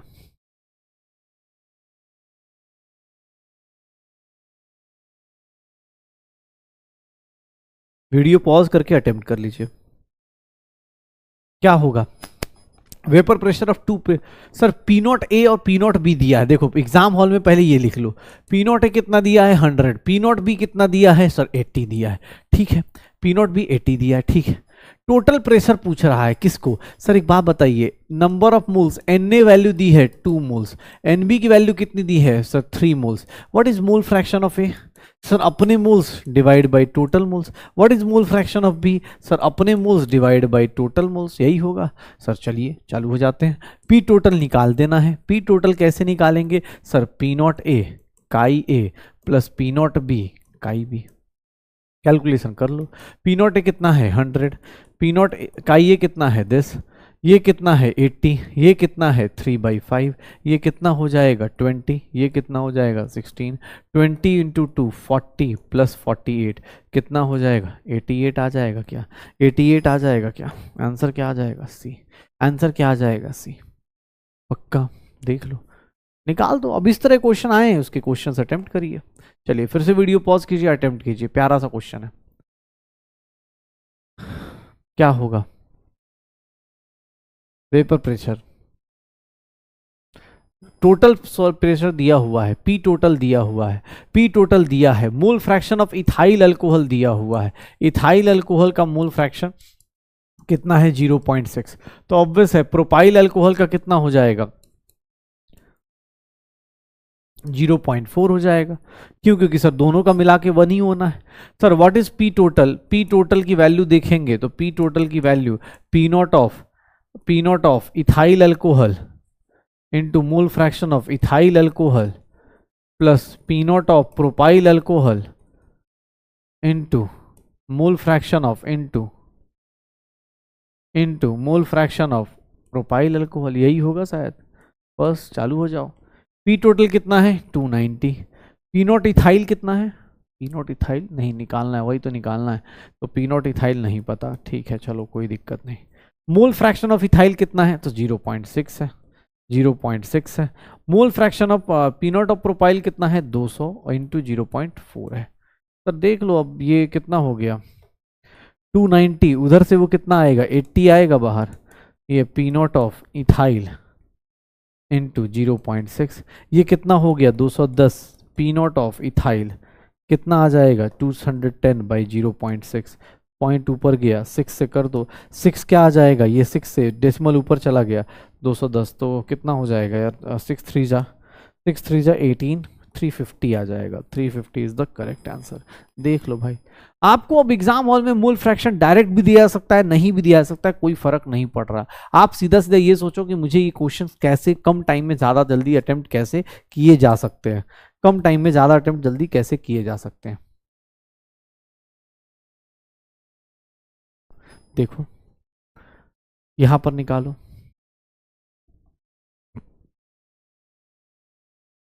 जल्दी। सर दो लोग हैं, एक मोल ए का है, एक्स मोल क्या है बी का है, तो एक बात बताओ, एक बात बताना सर, मोल फ्रैक्शन ऑफ ए की बात करोगे तो मोल फ्रैक्शन ऑफ ए कितना होगा, 1/1 प्लस एक्स होगा। What is mole fraction of B, sir उसके moles divide by total moles, यही होगा ना, मोल फ्रैक्शन की बात यही है। अब एक बात बताना, जब मुझे मिल गया मौका तो मैं क्या करने वाला हूं, मैं क्या करूंगा, तो देखना क्या होगा। सर पी नॉट ए दिया हुआ है, पी टोटल निकालना है, नहीं पी टोटल भी दिया हुआ है ना शायद, हाँ पी टोटल भी दिया है, पी टोटल भी दिया हुआ है, पी नॉट ए काई ए। जो लोग मेरे साथ नहीं कर रहे भाई साहब, वो सब लोग वीडियो पॉज कर करके मेरे करने के बाद, अगर आप जो लोग भी मेरे साथ, मतलब सॉरी वीडियो पॉज करके खुद से नहीं सोच पा रहे, मेरे साथ अगर कर रहे या देख के कर रहे, कोई दिक्कत नहीं, बस एक काम और कर लेना, जैसे आज मान लो मॉर्निंग में क्लास हो रही है तो इवनिंग में एक बार फिर से इन क्वेश्चंस को देख लेना, एक बार फिर से अटेम्प्ट होता है दिमाग में ही अटेम्प्ट कर लेना, ताकि आपको आइडिया आ जाए कि हाँ यार ये इस टाइप के क्वेश्चंस मुझे ऐसे करने हैं, ठीक है ना, क्योंकि फिर इस तरह क्वेश्चंस आपको परेशान नहीं करेंगे एग्जाम हॉल में, ठीक है। पी टोटल देखोगे तो कितना आ जाएगा 550। हिंट देखने में दिक्कत नहीं है, हिंट अप्लाई नहीं करने में दिक्कत है कि भाई आप अप्लाई नहीं कर पा रहे कि सर खाली हिंट ही देख रहे हैं। सर देख रहे थे, बहुत अच्छा लगा, आप अच्छे से क्वेश्चन सॉल्व करते हैं सर, एकदम अच्छे से सॉल्व करते हैं। हम तो करेंगे ना, एग्जाम हॉल में जाके करेंगे, ये स्टंट मत करना भाई, सीधी सी बात ये है। 1 प्लस एक्स को कॉमन ले लो, तो ऊपर क्या आ गया 400 और प्लस क्या हो गया 600x आ गया, ये कितना हो गया 550 हो गया, 550 1 प्लस एक्स हो गया, और ये इधर क्या हो गया 400 प्लस 600x हो गया। ये देखना 550 प्लस 550x हो गया एंड 400 प्लस 600x हो गया, कितना हो जाएगा, उधर गया 50x हो गया और इधर आया तो 150 हो गया। x की वैल्यू कितनी आ गई 3 आ गई, x की वैल्यू कितनी आ गई 3 आ गई। कितने मोल्स हैं b के मोल्स कितने हैं 3 मोल्स हैं, बस हो गया। अब ये सब क्वेश्चंस आपको बस मैथमेटिकली फंसाया जा रहा है और कुछ भी नहीं है भाई साहब, इसमें और कुछ भी नहीं है, आपको बस मैथमेटिकली क्या किया जा रहा है, फंसाया जा रहा है और कुछ नहीं, ठीक है। अच्छा एक चीज बताना, अभी जब हम लोग स्टार्ट कर रहे थे राउल्स तो मैंने क्या बोला, लिक्विड लिक्विड मिक्स करेंगे, लिक्विड लिक्विड डालेंगे, यही था ना, ये लिक्विड लिक्विड था, तो हमने बोला किसके कितने वेपर प्रेशर बनेंगे, किसके कितना वेपर प्रेशर बनेगा, तो तुमने बोला sir pressure of A is directly proportional to mole fraction of A, pressure of A कितना आएगा, प्रेशर ऑफ बी इतना आएगा, ठीक है। ये वेपर्स बन गए ए और बी के, ठीक है, ए और बी के वेपर्स बन गए। एक बात बताओ, एक बात बताओ, वेपर प्रेशर ऑफ ए और वेपर प्रेशर ऑफ बी बन गया, मुझसे किसी ने पूछ दिया कि सर इसके अंदर जो वेपर्स बने उसके वेपर्स के अंदर अगर मोल फ्रैक्शन निकालना हो तो, मतलब वेपर के अंदर मोल फ्रैक्शन निकालना हो तो नीचे का, ये तो आप जो ये निकाल रहे हो काई ए और काई बी, ये तो वेपर प्रेशर, ये क्या है लिक्विड का वेपर प्रेशर है, मोल फ्रैक्शन है, लिक्विड फेज का मोल फ्रैक्शन है। ध्यान सुनिएगा, ये जो काई ए और काई बी है, काई ए क्या है sir mole fraction of A है, ये मोल फ्रैक्शन ऑफ ए है, और काई बी क्या है मोल फ्रैक्शन ऑफ बी है। लेकिन ये सारा का सारा जो मोल फ्रैक्शन हम लोग ले रहे हैं, ये सारा का सारा हम लोग कहां ले रहे हैं, लिक्विड फेज में ले रहे हैं। कहां ले रहे हैं, लिक्विड फेज में ले रहे हैं कि सर जब लिक्विड डाला तो क्या होगा। अब किसी ने पूछ दिया नहीं सर मुझे तो मोल फ्रैक्शन कहां चाहिए, वेपर फेज में चाहिए। अब देखिएगा mole fraction of A in vapour phase और mole fraction of B in vapour phase, Y A और वाई बी अलग अलग तरीके से रिप्रेजेंट कर रहे हैं ताकि आपको कंफ्यूजन ना हो। ये बोल दिया गया कि सर आप बताइए वेपर फेज में कितना होगा, वेपर फेज में कितना होगा mole fraction in vapour phase, ये कितना आएगा। देखिएगा ये देखना अपने पास, अगर मैं आपको बोलूं कि सर ये लिक्विड फेज में था ना, ये तो आप शुरुआत में बोल रहे थे लिक्विड लिक्विड है तो लिक्विड में आपने बोल दिया, लेकिन अब सर किसने बोल दिया नहीं सर ऊपर बताइए, ऊपर क्या जो वेपर्स बने उनके अंदर कैसा मोल फ्रैक्शन होगा। तो सर कुछ नहीं करना, इन वेपर फेज, ध्यान से देखिएगा, अगर वेपर फेज में आपको मोल फ्रैक्शन निकालना है तो आप सिंपल सा एक फॉर्मूला बता रहा हूं सर, वाई ए की वैल्यू क्या हो जाएगी P A upon P total, मतलब P not A chi A P not A chi A plus P not B chi B हो गया। सर अगर वाई ए निकालना है, वाई बी निकालना है तो P B upon P total, Y B निकालना है तो P B upon P total, मतलब P not B chi B upon P not A chi A plus P not B chi B. ये देख लो, वेपर फेज में निकालना है, अगर वेपर फेज में निकालेंगे तो वेपर फेज में हम लोग ऐसे निकालेंगे, वेपर फेज में हम ऐसे निकालेंगे, वेपर फेज में हम ऐसे निकालते हैं कंपोजिशन। कोई पूछे वेपर फेज का कंपोजिशन, इसको हम लोग क्या बोल देंगे, कंपोजिशन इन वेपर फेज। इसको हम लोग क्या बोल देंगे, composition in vapour phase. Vapour phase का कंपोजिशन ऐसे निकलेगा, composition in vapour phase, composition in vapour phase, composition in vapour phase. पक्का देख लो, वेपर फेज में कंपोजिशन ऐसे निकलती है।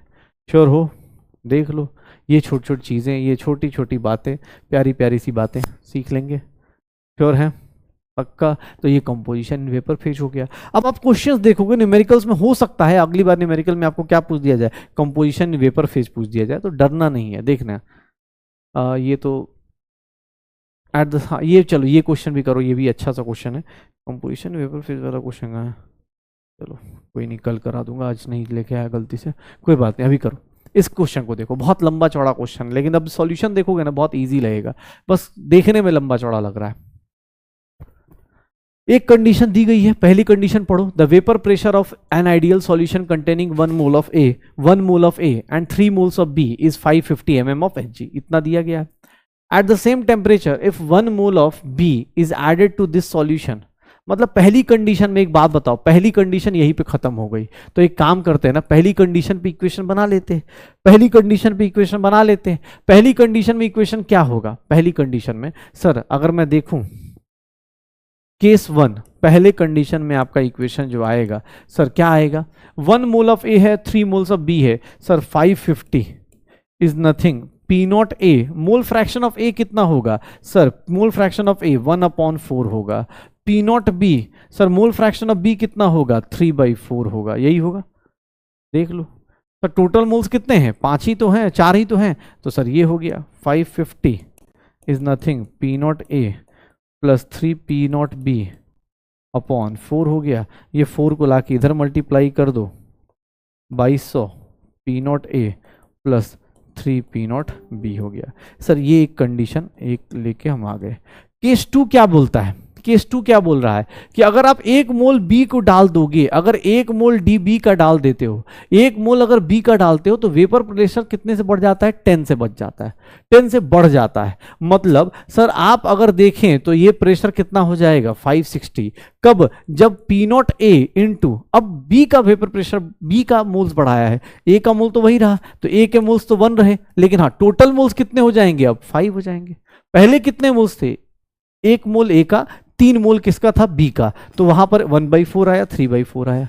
लेकिन अब कितना हो गया सर, 1 मोल ए का रहा, लेकिन बी के कितने मोल्स हो गए, 4 मोल हो गए। तो सर अब देखेंगे इक्वेशन में क्या चेंज आ जाएगा। सर देखिए ना कितने प्यारे प्यारे से क्वेश्चन हैं, हो गया।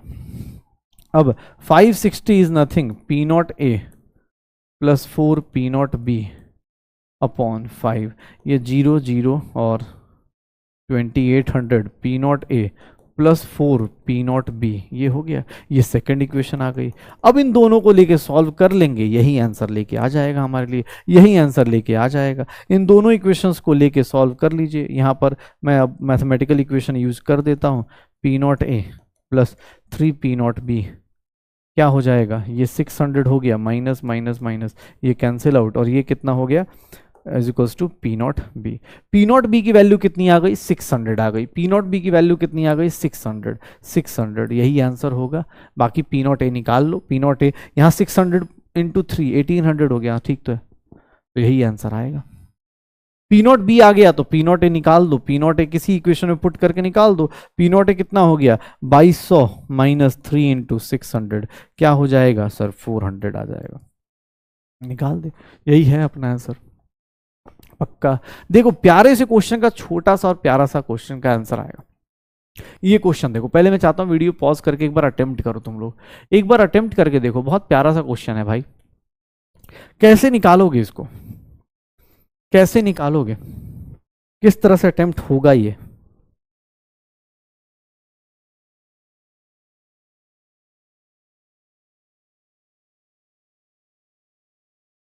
कैसे होगा, किस तरह निकालेंगे? अरे भाई कुछ नहीं करना, इस क्वेश्चन को करने के सिंपल सा एक तरीका बताता हूं। एक काम करना, ज्यादा दिमाग मत लगाना। ये जो दिया हुआ है पी टोटल दिया है, पी टोटल दिया हुआ है, ये टोटल प्रेशर दिया हुआ है। एक काम करो, सीधा सीधा पी टोटल दिया है, एक सिंपल सा काम करना, बस ये देखिएगा सर, एक बार काई को क्या मान लीजिएगा, जीरो। काई जैसे ही जीरो हुआ, काई की वैल्यू कितनी हो गई, 1। और उस टाइम पे पी टोटल की वैल्यू किसके इक्वल होगी, पी नॉट ए के। थोड़ी देर पहले ही आप बता रहे थे सर, काई की वैल्यू जीरो पुट करके देखिए, पी टोटल की वैल्यू किसके इक्वल आ रही है, 120 के इक्वल आ रही है। सर पी नॉट ए की वैल्यू कितनी आ गई, 120 आ गई, 120 आ गई। सर एक बार काई बी को क्या मान लेना, 1 मान लेना। ऑब्वियस उस टाइम पे काई कितना हो जाएगा, 0। उस टाइम पे पी टोटल की बात करोगे, वो किसके इक्वल होगा, पी नॉट बी के। सर एक बार काई बी की वैल्यू 1 पुट करके देखो, 125, 1 कितना हो गया, 45। क्या आंसर आ जाएगा, 120। और यस, आंसर आ गया। सर आपको कभी भी क्वेश्चन में ना हिंट दे दिया जाता है, खुद ही बता देता है हिंट कि भाई ये रहा मेरा आंसर, ये मेरा हिंट रहा, ये यूटिलाइज कर लो, हो गया, पक्का, डन। चलिए चलिए, अब मेरे पास क्या आया, मैं वेपर फेज वाले क्वेश्चंस शायद मेरे से गलती से छूट गए, मैं अगली क्लास में लेके आऊंगा, टेंशन मत लो, ठीक है। वेपर फेज वाले क्वेश्चंस भी लेके आऊंगा, आप अपनी मतलब कोई भी ऐसा ना सोचे क्वेश्चंस की कमी होगी। हाँ लेक्चर थोड़ा बड़ा हो जा रहा है, वो एक दिक्कत आ रही है, लेकिन यार अब बात यह है कि यार तुम्हें भी टाइम तो किसी को ज़्यादा मिलने वाला है नहीं। एक दो बच्चे ने तो मैंने देखा कमेंट लिख रखा है, और इतना फास्ट फास्ट पढ़ाएंगे तो भाई मैं तुझे बार बार बोल रहा हूँ, मैं हर एक क्लास में रिक्वेस्ट कर रहा हूँ, हो सकता अभी नया नया आए हो, या मतलब कभी कभी क्या होता है कि आदमी सोचता है कि हाँ जाएंगे बेसिक से, और प्लस वो भाई देख, बेसिक का मतलब ये होता है कि मैं तेरे से कोई क्वेश्चन नहीं पूछ रहा, तुमसे मोल्स तक मैंने कैलकुलेट करवाया है, मोल्स निकलवाया भी है, ठीक है। तो जिनको भी लगता है कि मैं एक एक चीज में बता रहा हूँ कि जो चीज़ है देख लो, इसके ऊपर 5 क्वेश्चन कराए, हेनरीज लॉ पे 4-5 क्वेश्चन कराए, अब भाई एक लिमिट है। अब बहुत ज़्यादा भी कराऊंगा, या बहुत ज़्यादा कोई बोलेगा अरे सर अब आराम से, सर थोड़ा मोटिवेशन दे दीजिए, सर थोड़ा मजाक कर दीजिए, थोड़ा सर थोड़ा सा शायरी वायरी सुना दीजिए, भाई वो वाला टाइम नहीं है। एक तो रिकॉर्डेड है, चलो लाइव होता तो और ज़्यादा होता, लेकिन हाँ रिकॉर्डेड है तो उसमें कोई ऑप्शन है नहीं।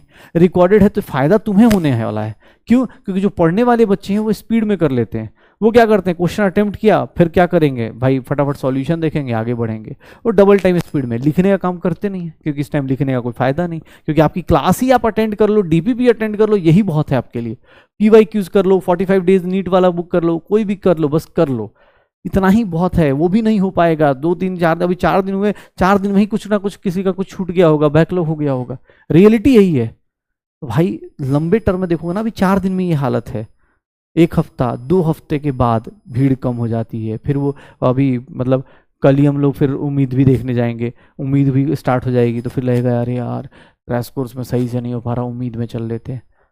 लेकिन भाई मैं सच बताऊं ना, भागने वाले को कहीं स्पेस नहीं मिलता, वो भागता ही रहेगा इधर से उधर। बोलते ना कि मतलब प्रैक्टिस से सक्सेस मिलती है, एक्सक्यूज से सक्सेस नहीं मिलती। तो आप प्रैक्टिस कीजिए, एक्सक्यूज मत दीजिए, मतलब एग्जैक्टली वो फिल्मी लाइन है, ठीक है, लेकिन हाँ मेरी तरफ से यही है कि भैया प्रैक्टिस करेंगे तो सक्सेस मिलेगी, एक्सक्यूज से सक्सेस नहीं मिलेगी।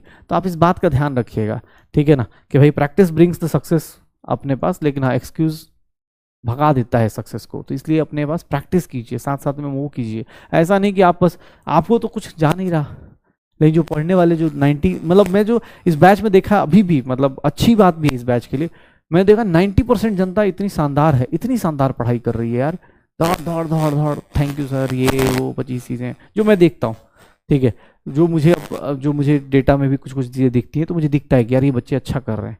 लेकिन 10% जनता ऐसी है, 5% आ जाती है, फिर वो थोड़ा सा वो लगता है कि जैसे कभी कुछ पढ़ लिया तो थोड़ा सा ना हम लोग अगर थोड़ा डिमोटिवेट हो जाते हैं कि भाई यार, फिर रुक जाते हैं, फिर रुक जाएंगे, फिर तुम्हारा सिलेबस नहीं होगा तो फिर तुम चलाओगे। मैंने डे 1 पे प्रॉमिस किया था शायद कि मैं अपना टाइम पे सिलेबस खत्म कर दूंगा, टाइम पे चीज़ें फिनिश कर दूंगा, टाइम पे चैप्टर खत्म कर दूंगा, एक एक चीज़ साथ में कराते हुए चला जाऊंगा। देख लोगे कुछ चीज़ें कॉन्सेप्ट क्वेश्चन के साथ साथ बताते जा रहा हूँ, कुछ कॉन्सेप्ट पहले बता दे रहा हूँ, तो उसका यूटिलाइजेशन करो, पक्का। चलो अब फिर से सत्संग सुनो, फिर से सत्संग सुनो, क्योंकि सत्संग ही है, कुछ ज़्यादा टाइम नहीं लगेगा, सत्संग है सुनना।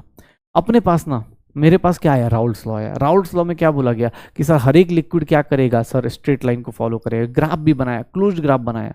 लेकिन दिक्कत क्या है ना कि अपने पास लिक्विड सॉल्यूशन में दो टाइप के सॉल्यूशन बन जाते हैं। लिक्विड सॉल्यूशन में दो टाइप के सॉल्यूशन बन जाते हैं, ध्यान सुनना। लिक्विड सॉल्यूशन में दो टाइप के सॉल्यूशन बनते हैं। कौन कौन से? तो एक को बोलते हैं आइडियल सॉल्यूशन, एक को बोलते हैं हम लोग आइडियल सॉल्यूशन, और दूसरे को हम लोग बोल देते हैं नॉन आइडियल सॉल्यूशन। दूसरे को हम लोग बोल देते हैं नॉन आइडियल सॉल्यूशन। एक हो गया आइडियल सॉल्यूशन और दूसरे को बोल देते हैं नॉन आइडियल सॉल्यूशन। आइडियल और नॉन आइडियल में डिफरेंस क्या है, तो ध्यान से देखिएगा। आइडियल और नॉन आइडियल में, भाई साहब आइडियल बच्चा है, सबकी बात फॉलो करेगा, जैसे अभी मैं डांटूंगा ना उसको बुरा लगेगा, और जो मजे वाला होगा ना बोलेगा हाँ, अच्छा किया, मैंने कल कमेंट किया ना, टीचर ने देखा होगा, ठीक है। तो आइडियल वाला क्या है कि वो पढ़ाई शुरू कर देगा, नहीं यार आज जो उससे करूंगा अभी करूंगा। टीचर को देखो यार, जो चैप्टर मतलब जाके आप देखोगे, उम्मीद में मेरी 7-8 से 8 घंटे की चैप्टर्स पढ़े हैं ये वाले वन शॉट में, लेकिन यहाँ पर 2 क्लास में पढ़ा रहा हूँ और सारा कुछ लिख के दे रहा हूँ भाई, सब कुछ ऑलमोस्ट सब कुछ कवर कर दूंगा। हाँ थोड़े क्वेश्चन ऊपर नीचे हो सकते हैं, थोड़ी बातें कम हो सकती हैं, लेकिन सब कुछ कवर होगा।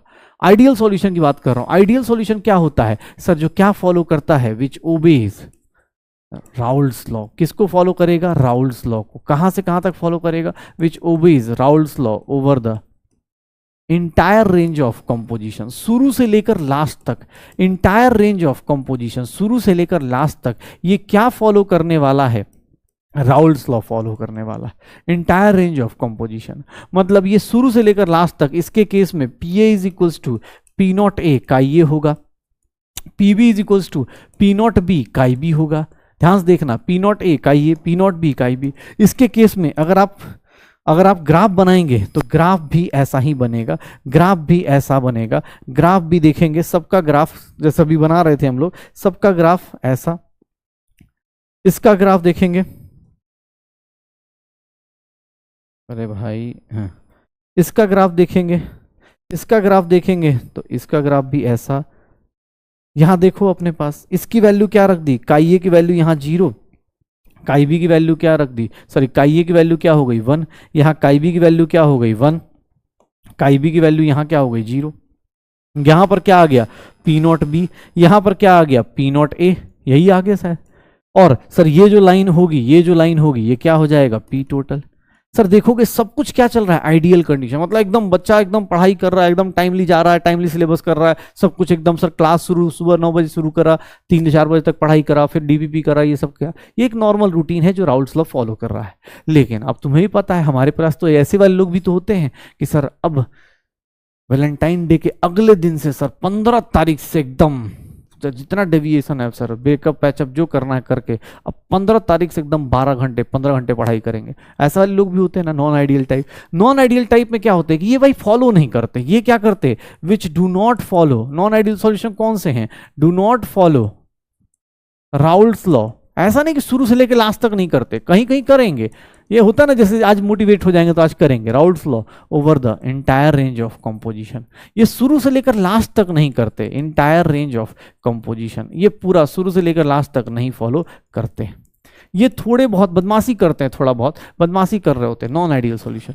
ये क्या करेंगे इनके केस में, सर प्रेशर देखोगे, P A is not equals to P not A का ये, P B is not equals to P not B का भी। अब तुम बोलोगे सर ये क्या है भाई, अब बोल रहा है नहीं भाई मैं नहीं फॉलो करूंगा, तुम बताओ, तुम्हारी बताओ तुमको क्या करना है। अब देखो नहीं इक्वल है, नहीं इक्वल है तो 2 कंडीशन होगी। इक्वल नहीं होगे तो तुम्हारे पास 2 कंडीशन होगी, या तो तुम ग्रेटर होगे, या तो तुम ग्रेटर होगे, या तो तुम ग्रेटर हो जाओगे, जितना तुम राउल्स लॉ से सोच रहे हो उससे ज्यादा वैल्यू आ रही होगी, तो इसको हम लोग देखेंगे। या फिर तुम क्या करोगे, तुम्हारी वैल्यू जितना सोच रहे थे उससे कम आ जाए। देखो भाई ये बस वही बंदा अब नहीं फॉलो करेगा ना कि अरे सर छोड़ो यार आप बेकार हो, ठीक है। जिसको भाई या तो वो 2 काम कर रहा होगा, या तो उसका लेवल बहुत हाई हो चुका होगा कि भाई सर सही में वो सिलेक्शन के पार है, मान लो उसका ऑलरेडी आ रहे होंगे 600 650 आ रहे होंगे, तो सोचेगा क्यों फॉलो करना, क्यों इस बंदे की बात सुननी, क्यों इन बैच में टाइम वेस्ट करना, मैं तो सीधा एग्जाम जाके दे के आऊंगा। हो सकता है इसको बोलते हैं पॉजिटिव डेविएशन। हो सकता है वो अपना भाई अपना दिव्यांग लगा ले, हो सकता है तुक्का मारने की कैपेबिलिटी बना ले, हो सकता है वो सारे के सारे वो होता है ना कि वो how to compare, how to revise this in 1 week. हम भी फिजिकल केमिस्ट्री 1 दिन में पढ़ा देते। हो सकता है ऐसा वाला सोचे कि अरे मैं क्यों इतना मेहनत करूं, अभी से सीधा 5-10 दिन लास्ट के पढ़ूंगा, 1 दिन में पूरा फिजिकल, 1 दिन में पूरा ऑर्गेनिक, 1 दिन में पूरा इनऑर्गेनिक, 1 दिन में सब कुछ, 3 दिन में पूरी केमिस्ट्री खत्म। इसको बोलते हैं पॉजिटिव डेविएशन। ये क्या है? Positive deviation. और ये क्या कहलाता है? Negative deviation. सर जब आप इक्वल नहीं है तो आपके पास दो ही कंडीशन है, या तो आप उससे ज्यादा होंगे या फिर उससे कम हो जाएंगे। अब जब इक्वल नहीं होंगे तो उससे ज्यादा और कम में ग्राफ देखेंगे तो ग्राफ पूरा का पूरा क्या हो जाएगा? बेचारा ग्राफ जो है ना वो पूरा का पूरा अपना बर्बाद हो जाएगा। अब जैसे जो ग्राफ आप पहले बना रहे थे, आप जो पहले ग्राफ बना रहे थे, आप कैसे ग्राफ बना रहे थे? सर काई ए की वैल्यू 0, काई बी की, ये काई ए की वैल्यू 1। आप ग्राफ कैसा बना रहे थे? सर ऐसा ग्राफ बना रहे थे। ये देखिएगा, आप ऐसा ग्राफ बना रहे थे कि सर ये रहा, ठीक है, ये रहा, ऐसा कुछ बना रहे थे। आप सोच रहे थे कि सर ऐसा ऐसा होगा, ये आपका होगा। अरे सॉरी सॉरी, आप सोच रहे थे कि ऐसा ग्राफ बनेगा, आप सोच रहे थे कि ये ग्राफ बनेगा, फिर आपने सोचा कि ये ग्राफ बनेगा, ये जो यहां बन रहा था। फिर आपने सोचा कि अरे भाई रुको यार, ऐसा कैसे, ये देखिएगा, आप सोच रहे थे ये बनेगा। ये राउल्ट्स लॉ का ग्राफ है। ये क्या है? राउल्ट्स लॉ का ग्राफ है कि सर यहाँ पी नॉट ए, ये पी नॉट बी, ये सब जो कंडीशन थी किसकी थी? सर राउल्ट्स लॉ की थी। लेकिन यहाँ पर क्या देखने को मिलेगा? यहाँ भैया अलग ही जिंदगी में चल रहा होगा।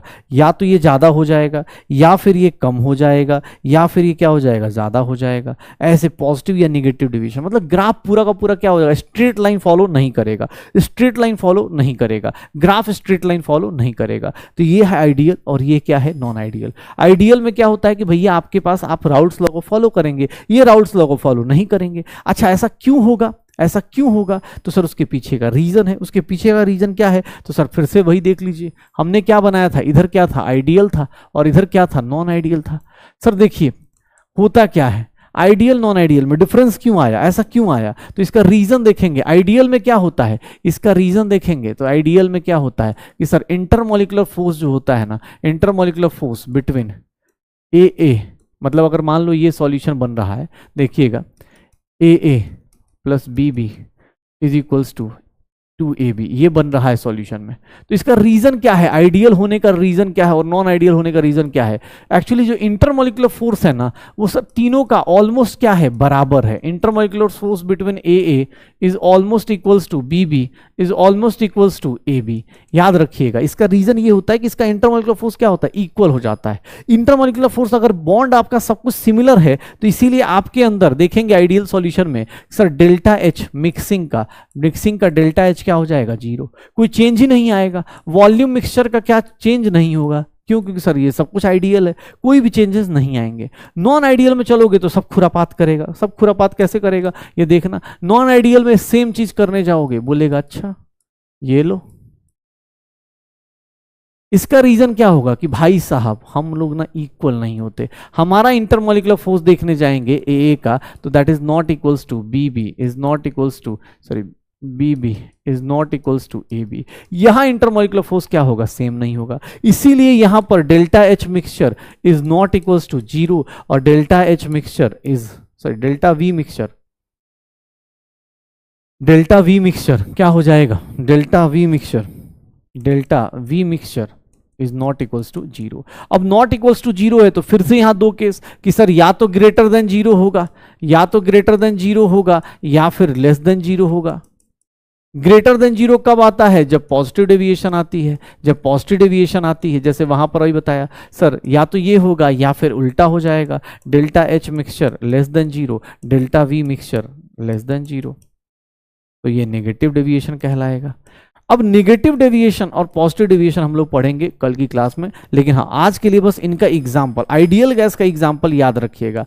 आइडियल गैस का, नॉन आइडियल गैस का, नॉन आइडियल सॉल्यूशन का नॉन आइडियल सॉल्यूशन हम लोग कल फिर से एक बार और अच्छे से पढ़ेंगे। अच्छे से मतलब उसके बारे में पॉजिटिव नेगेटिव डेविएशन को एक बार फिर से पढ़ेंगे, लेकिन आप पूरा करके आइएगा कल, मतलब नेक्स्ट वीक में, तभी इसलिए थोड़ा ज़्यादा पढ़ा रहा हूँ। एग्जाम्पल याद रखिएगा इसका एग्जाम्पल क्या होगा? सर जो सिमिलर टाइप के बॉन्ड्स हैं, मतलब जैसे अब हेक्सेन है, सेम टाइप का नेचर है, हेक्सेन और हेप्टेन है। सर इनके बीच में कौन सा सबका इंटरमोलिकुलर फोर्स क्या है? सर ये भी मतलब नॉन पोलर, ये भी नॉन पोलर, सबके बॉन्ड्स कैसे बनाएंगे? सॉल्यूशन कैसे होंगे? सर बेंजीन है, बेंजीन है और टॉल्यूइन है, बेंजीन है और टॉल्यूइन है, इसका ही बॉन्ड कैसा बनेगा सर? Non polar. सर अगर मैं ऐसा बोल दूं क्लोरोमिथाइल, और सर अगर सिमिलर टाइप के लोग दिख गए ना, सिमिलर टाइप के लोग दिख गए, समझ जाना भाई ये क्या है सर, ये कौन सा सॉल्यूशन हो गया, ये कौन सा सॉल्यूशन हो गया, ये सर इस टाइप के लोगों को हम लोग बोल देते हैं। अगर मैं ऐसे बोल दूं कि भैया ब्यूटेन, और मतलब ऐसे कि सर कोई भी दो लोग साथ साथ में सिमिलर टाइप के लोग हैं, तो उस केस में अब क्लोरोबेंजीन है, ये देखो। अब इसको रटना मत बैठ के, देख लेना, अगर सिमिलर टाइप के लोग साथ में सॉल्यूशन बना रहे हैं तो इस टाइप के लोग क्या बनाएंगे, इस टाइप के लोग क्या बनाएंगे, आइडियल सॉल्यूशन बनाएंगे। क्यों? क्योंकि इनका इंटरमॉलिक्यूलर फोर्स क्या होगा, ऑलमोस्ट सेम होगा, उन लोगों का इंटरमॉलिक्यूलर फोर्स क्या होगा, अलग अलग होगा। तो ये छोटी छोटी बातें याद रखो भाई, ये छोटी छोटी बातें याद रखो। चलो अब अगली क्लास में types of non ideal solution देखेंगे, अगली क्लास में types of non ideal solution देखेंगे। आज हमने फिनिश कर दिया है कौन कौन सी चीज, कॉन्सेंट्रेशन टर्म्स कर दिया है, कॉन्सेंट्रेशन टर्म्स कर दिया है, और फिर हमने स्टार्ट किया है सॉल्युबिलिटी। और सॉल्युबिलिटी में सर, सॉल्युबिलिटी में तीन चीजें फिनिश करी हैं, solubility of gas in liquid किया है, सॉलिड इन लिक्विड कर लिया है, और लिक्विड इन लिक्विड कर लिया है। सॉलिड इन लिक्विड किया है और लिक्विड इन लिक्विड किया हुआ है, लिक्विड इन लिक्विड ये किया हुआ है हमने। ठीक है, तो अगली क्लास में हम लोग इसके ऊपर बात करेंगे। होमवर्क में डीपीपी अटेम्प्ट करते रहिए, और भैया आप देख लीजिए चैप्टर, अब आपका सर रिवीजन स्टार्ट कर लीजिएगा पीछे वाले चैप्टर्स का, क्योंकि अब आपको ही पता है चैप्टर्स टॉपिक्स अब आगे बढ़ते जाएंगे, उतना ज़्यादा टेंशन भी बढ़ती जाएगी। तो टेंशन को कम करने का एक ही तरीका है, जितना ज़्यादा हो सकता है रिवाइज कीजिए, रिवाइज कीजिए, रिवाइज कीजिए। बार बार बोल रहा हूँ, एक्सक्यूज़ मत दीजिए, आप प्रैक्टिस कीजिए, आप क्वेश्चंस कीजिए, जितनी पॉसिबल हो सकती है यार 2 घंटे के अंदर, उतना ज़्यादा कंटेंट उतने टाइमली टाइम पे दिया जा रहा है। आप सब लोगों से रिक्वेस्ट है उतना ज़्यादा उसको यूटिलाइज कीजिए। ओके, ज़्यादा लिखने फोकस मत कीजिए, शॉर्ट नोट्स खुद ही बना के दे रहा हूँ मैं, फिर भी आपको अपने हाथ से लिखना है, आप उतने उतने हाथ से लिख लीजिए, लेकिन हाँ कोशिश कीजिए टॉपिक को साथ साथ में फिनिश किया जाए। ओके, चलो मिलते हैं अगली क्लास में, तब तक पढ़ाई करते रहो, एंजॉय करते रहो।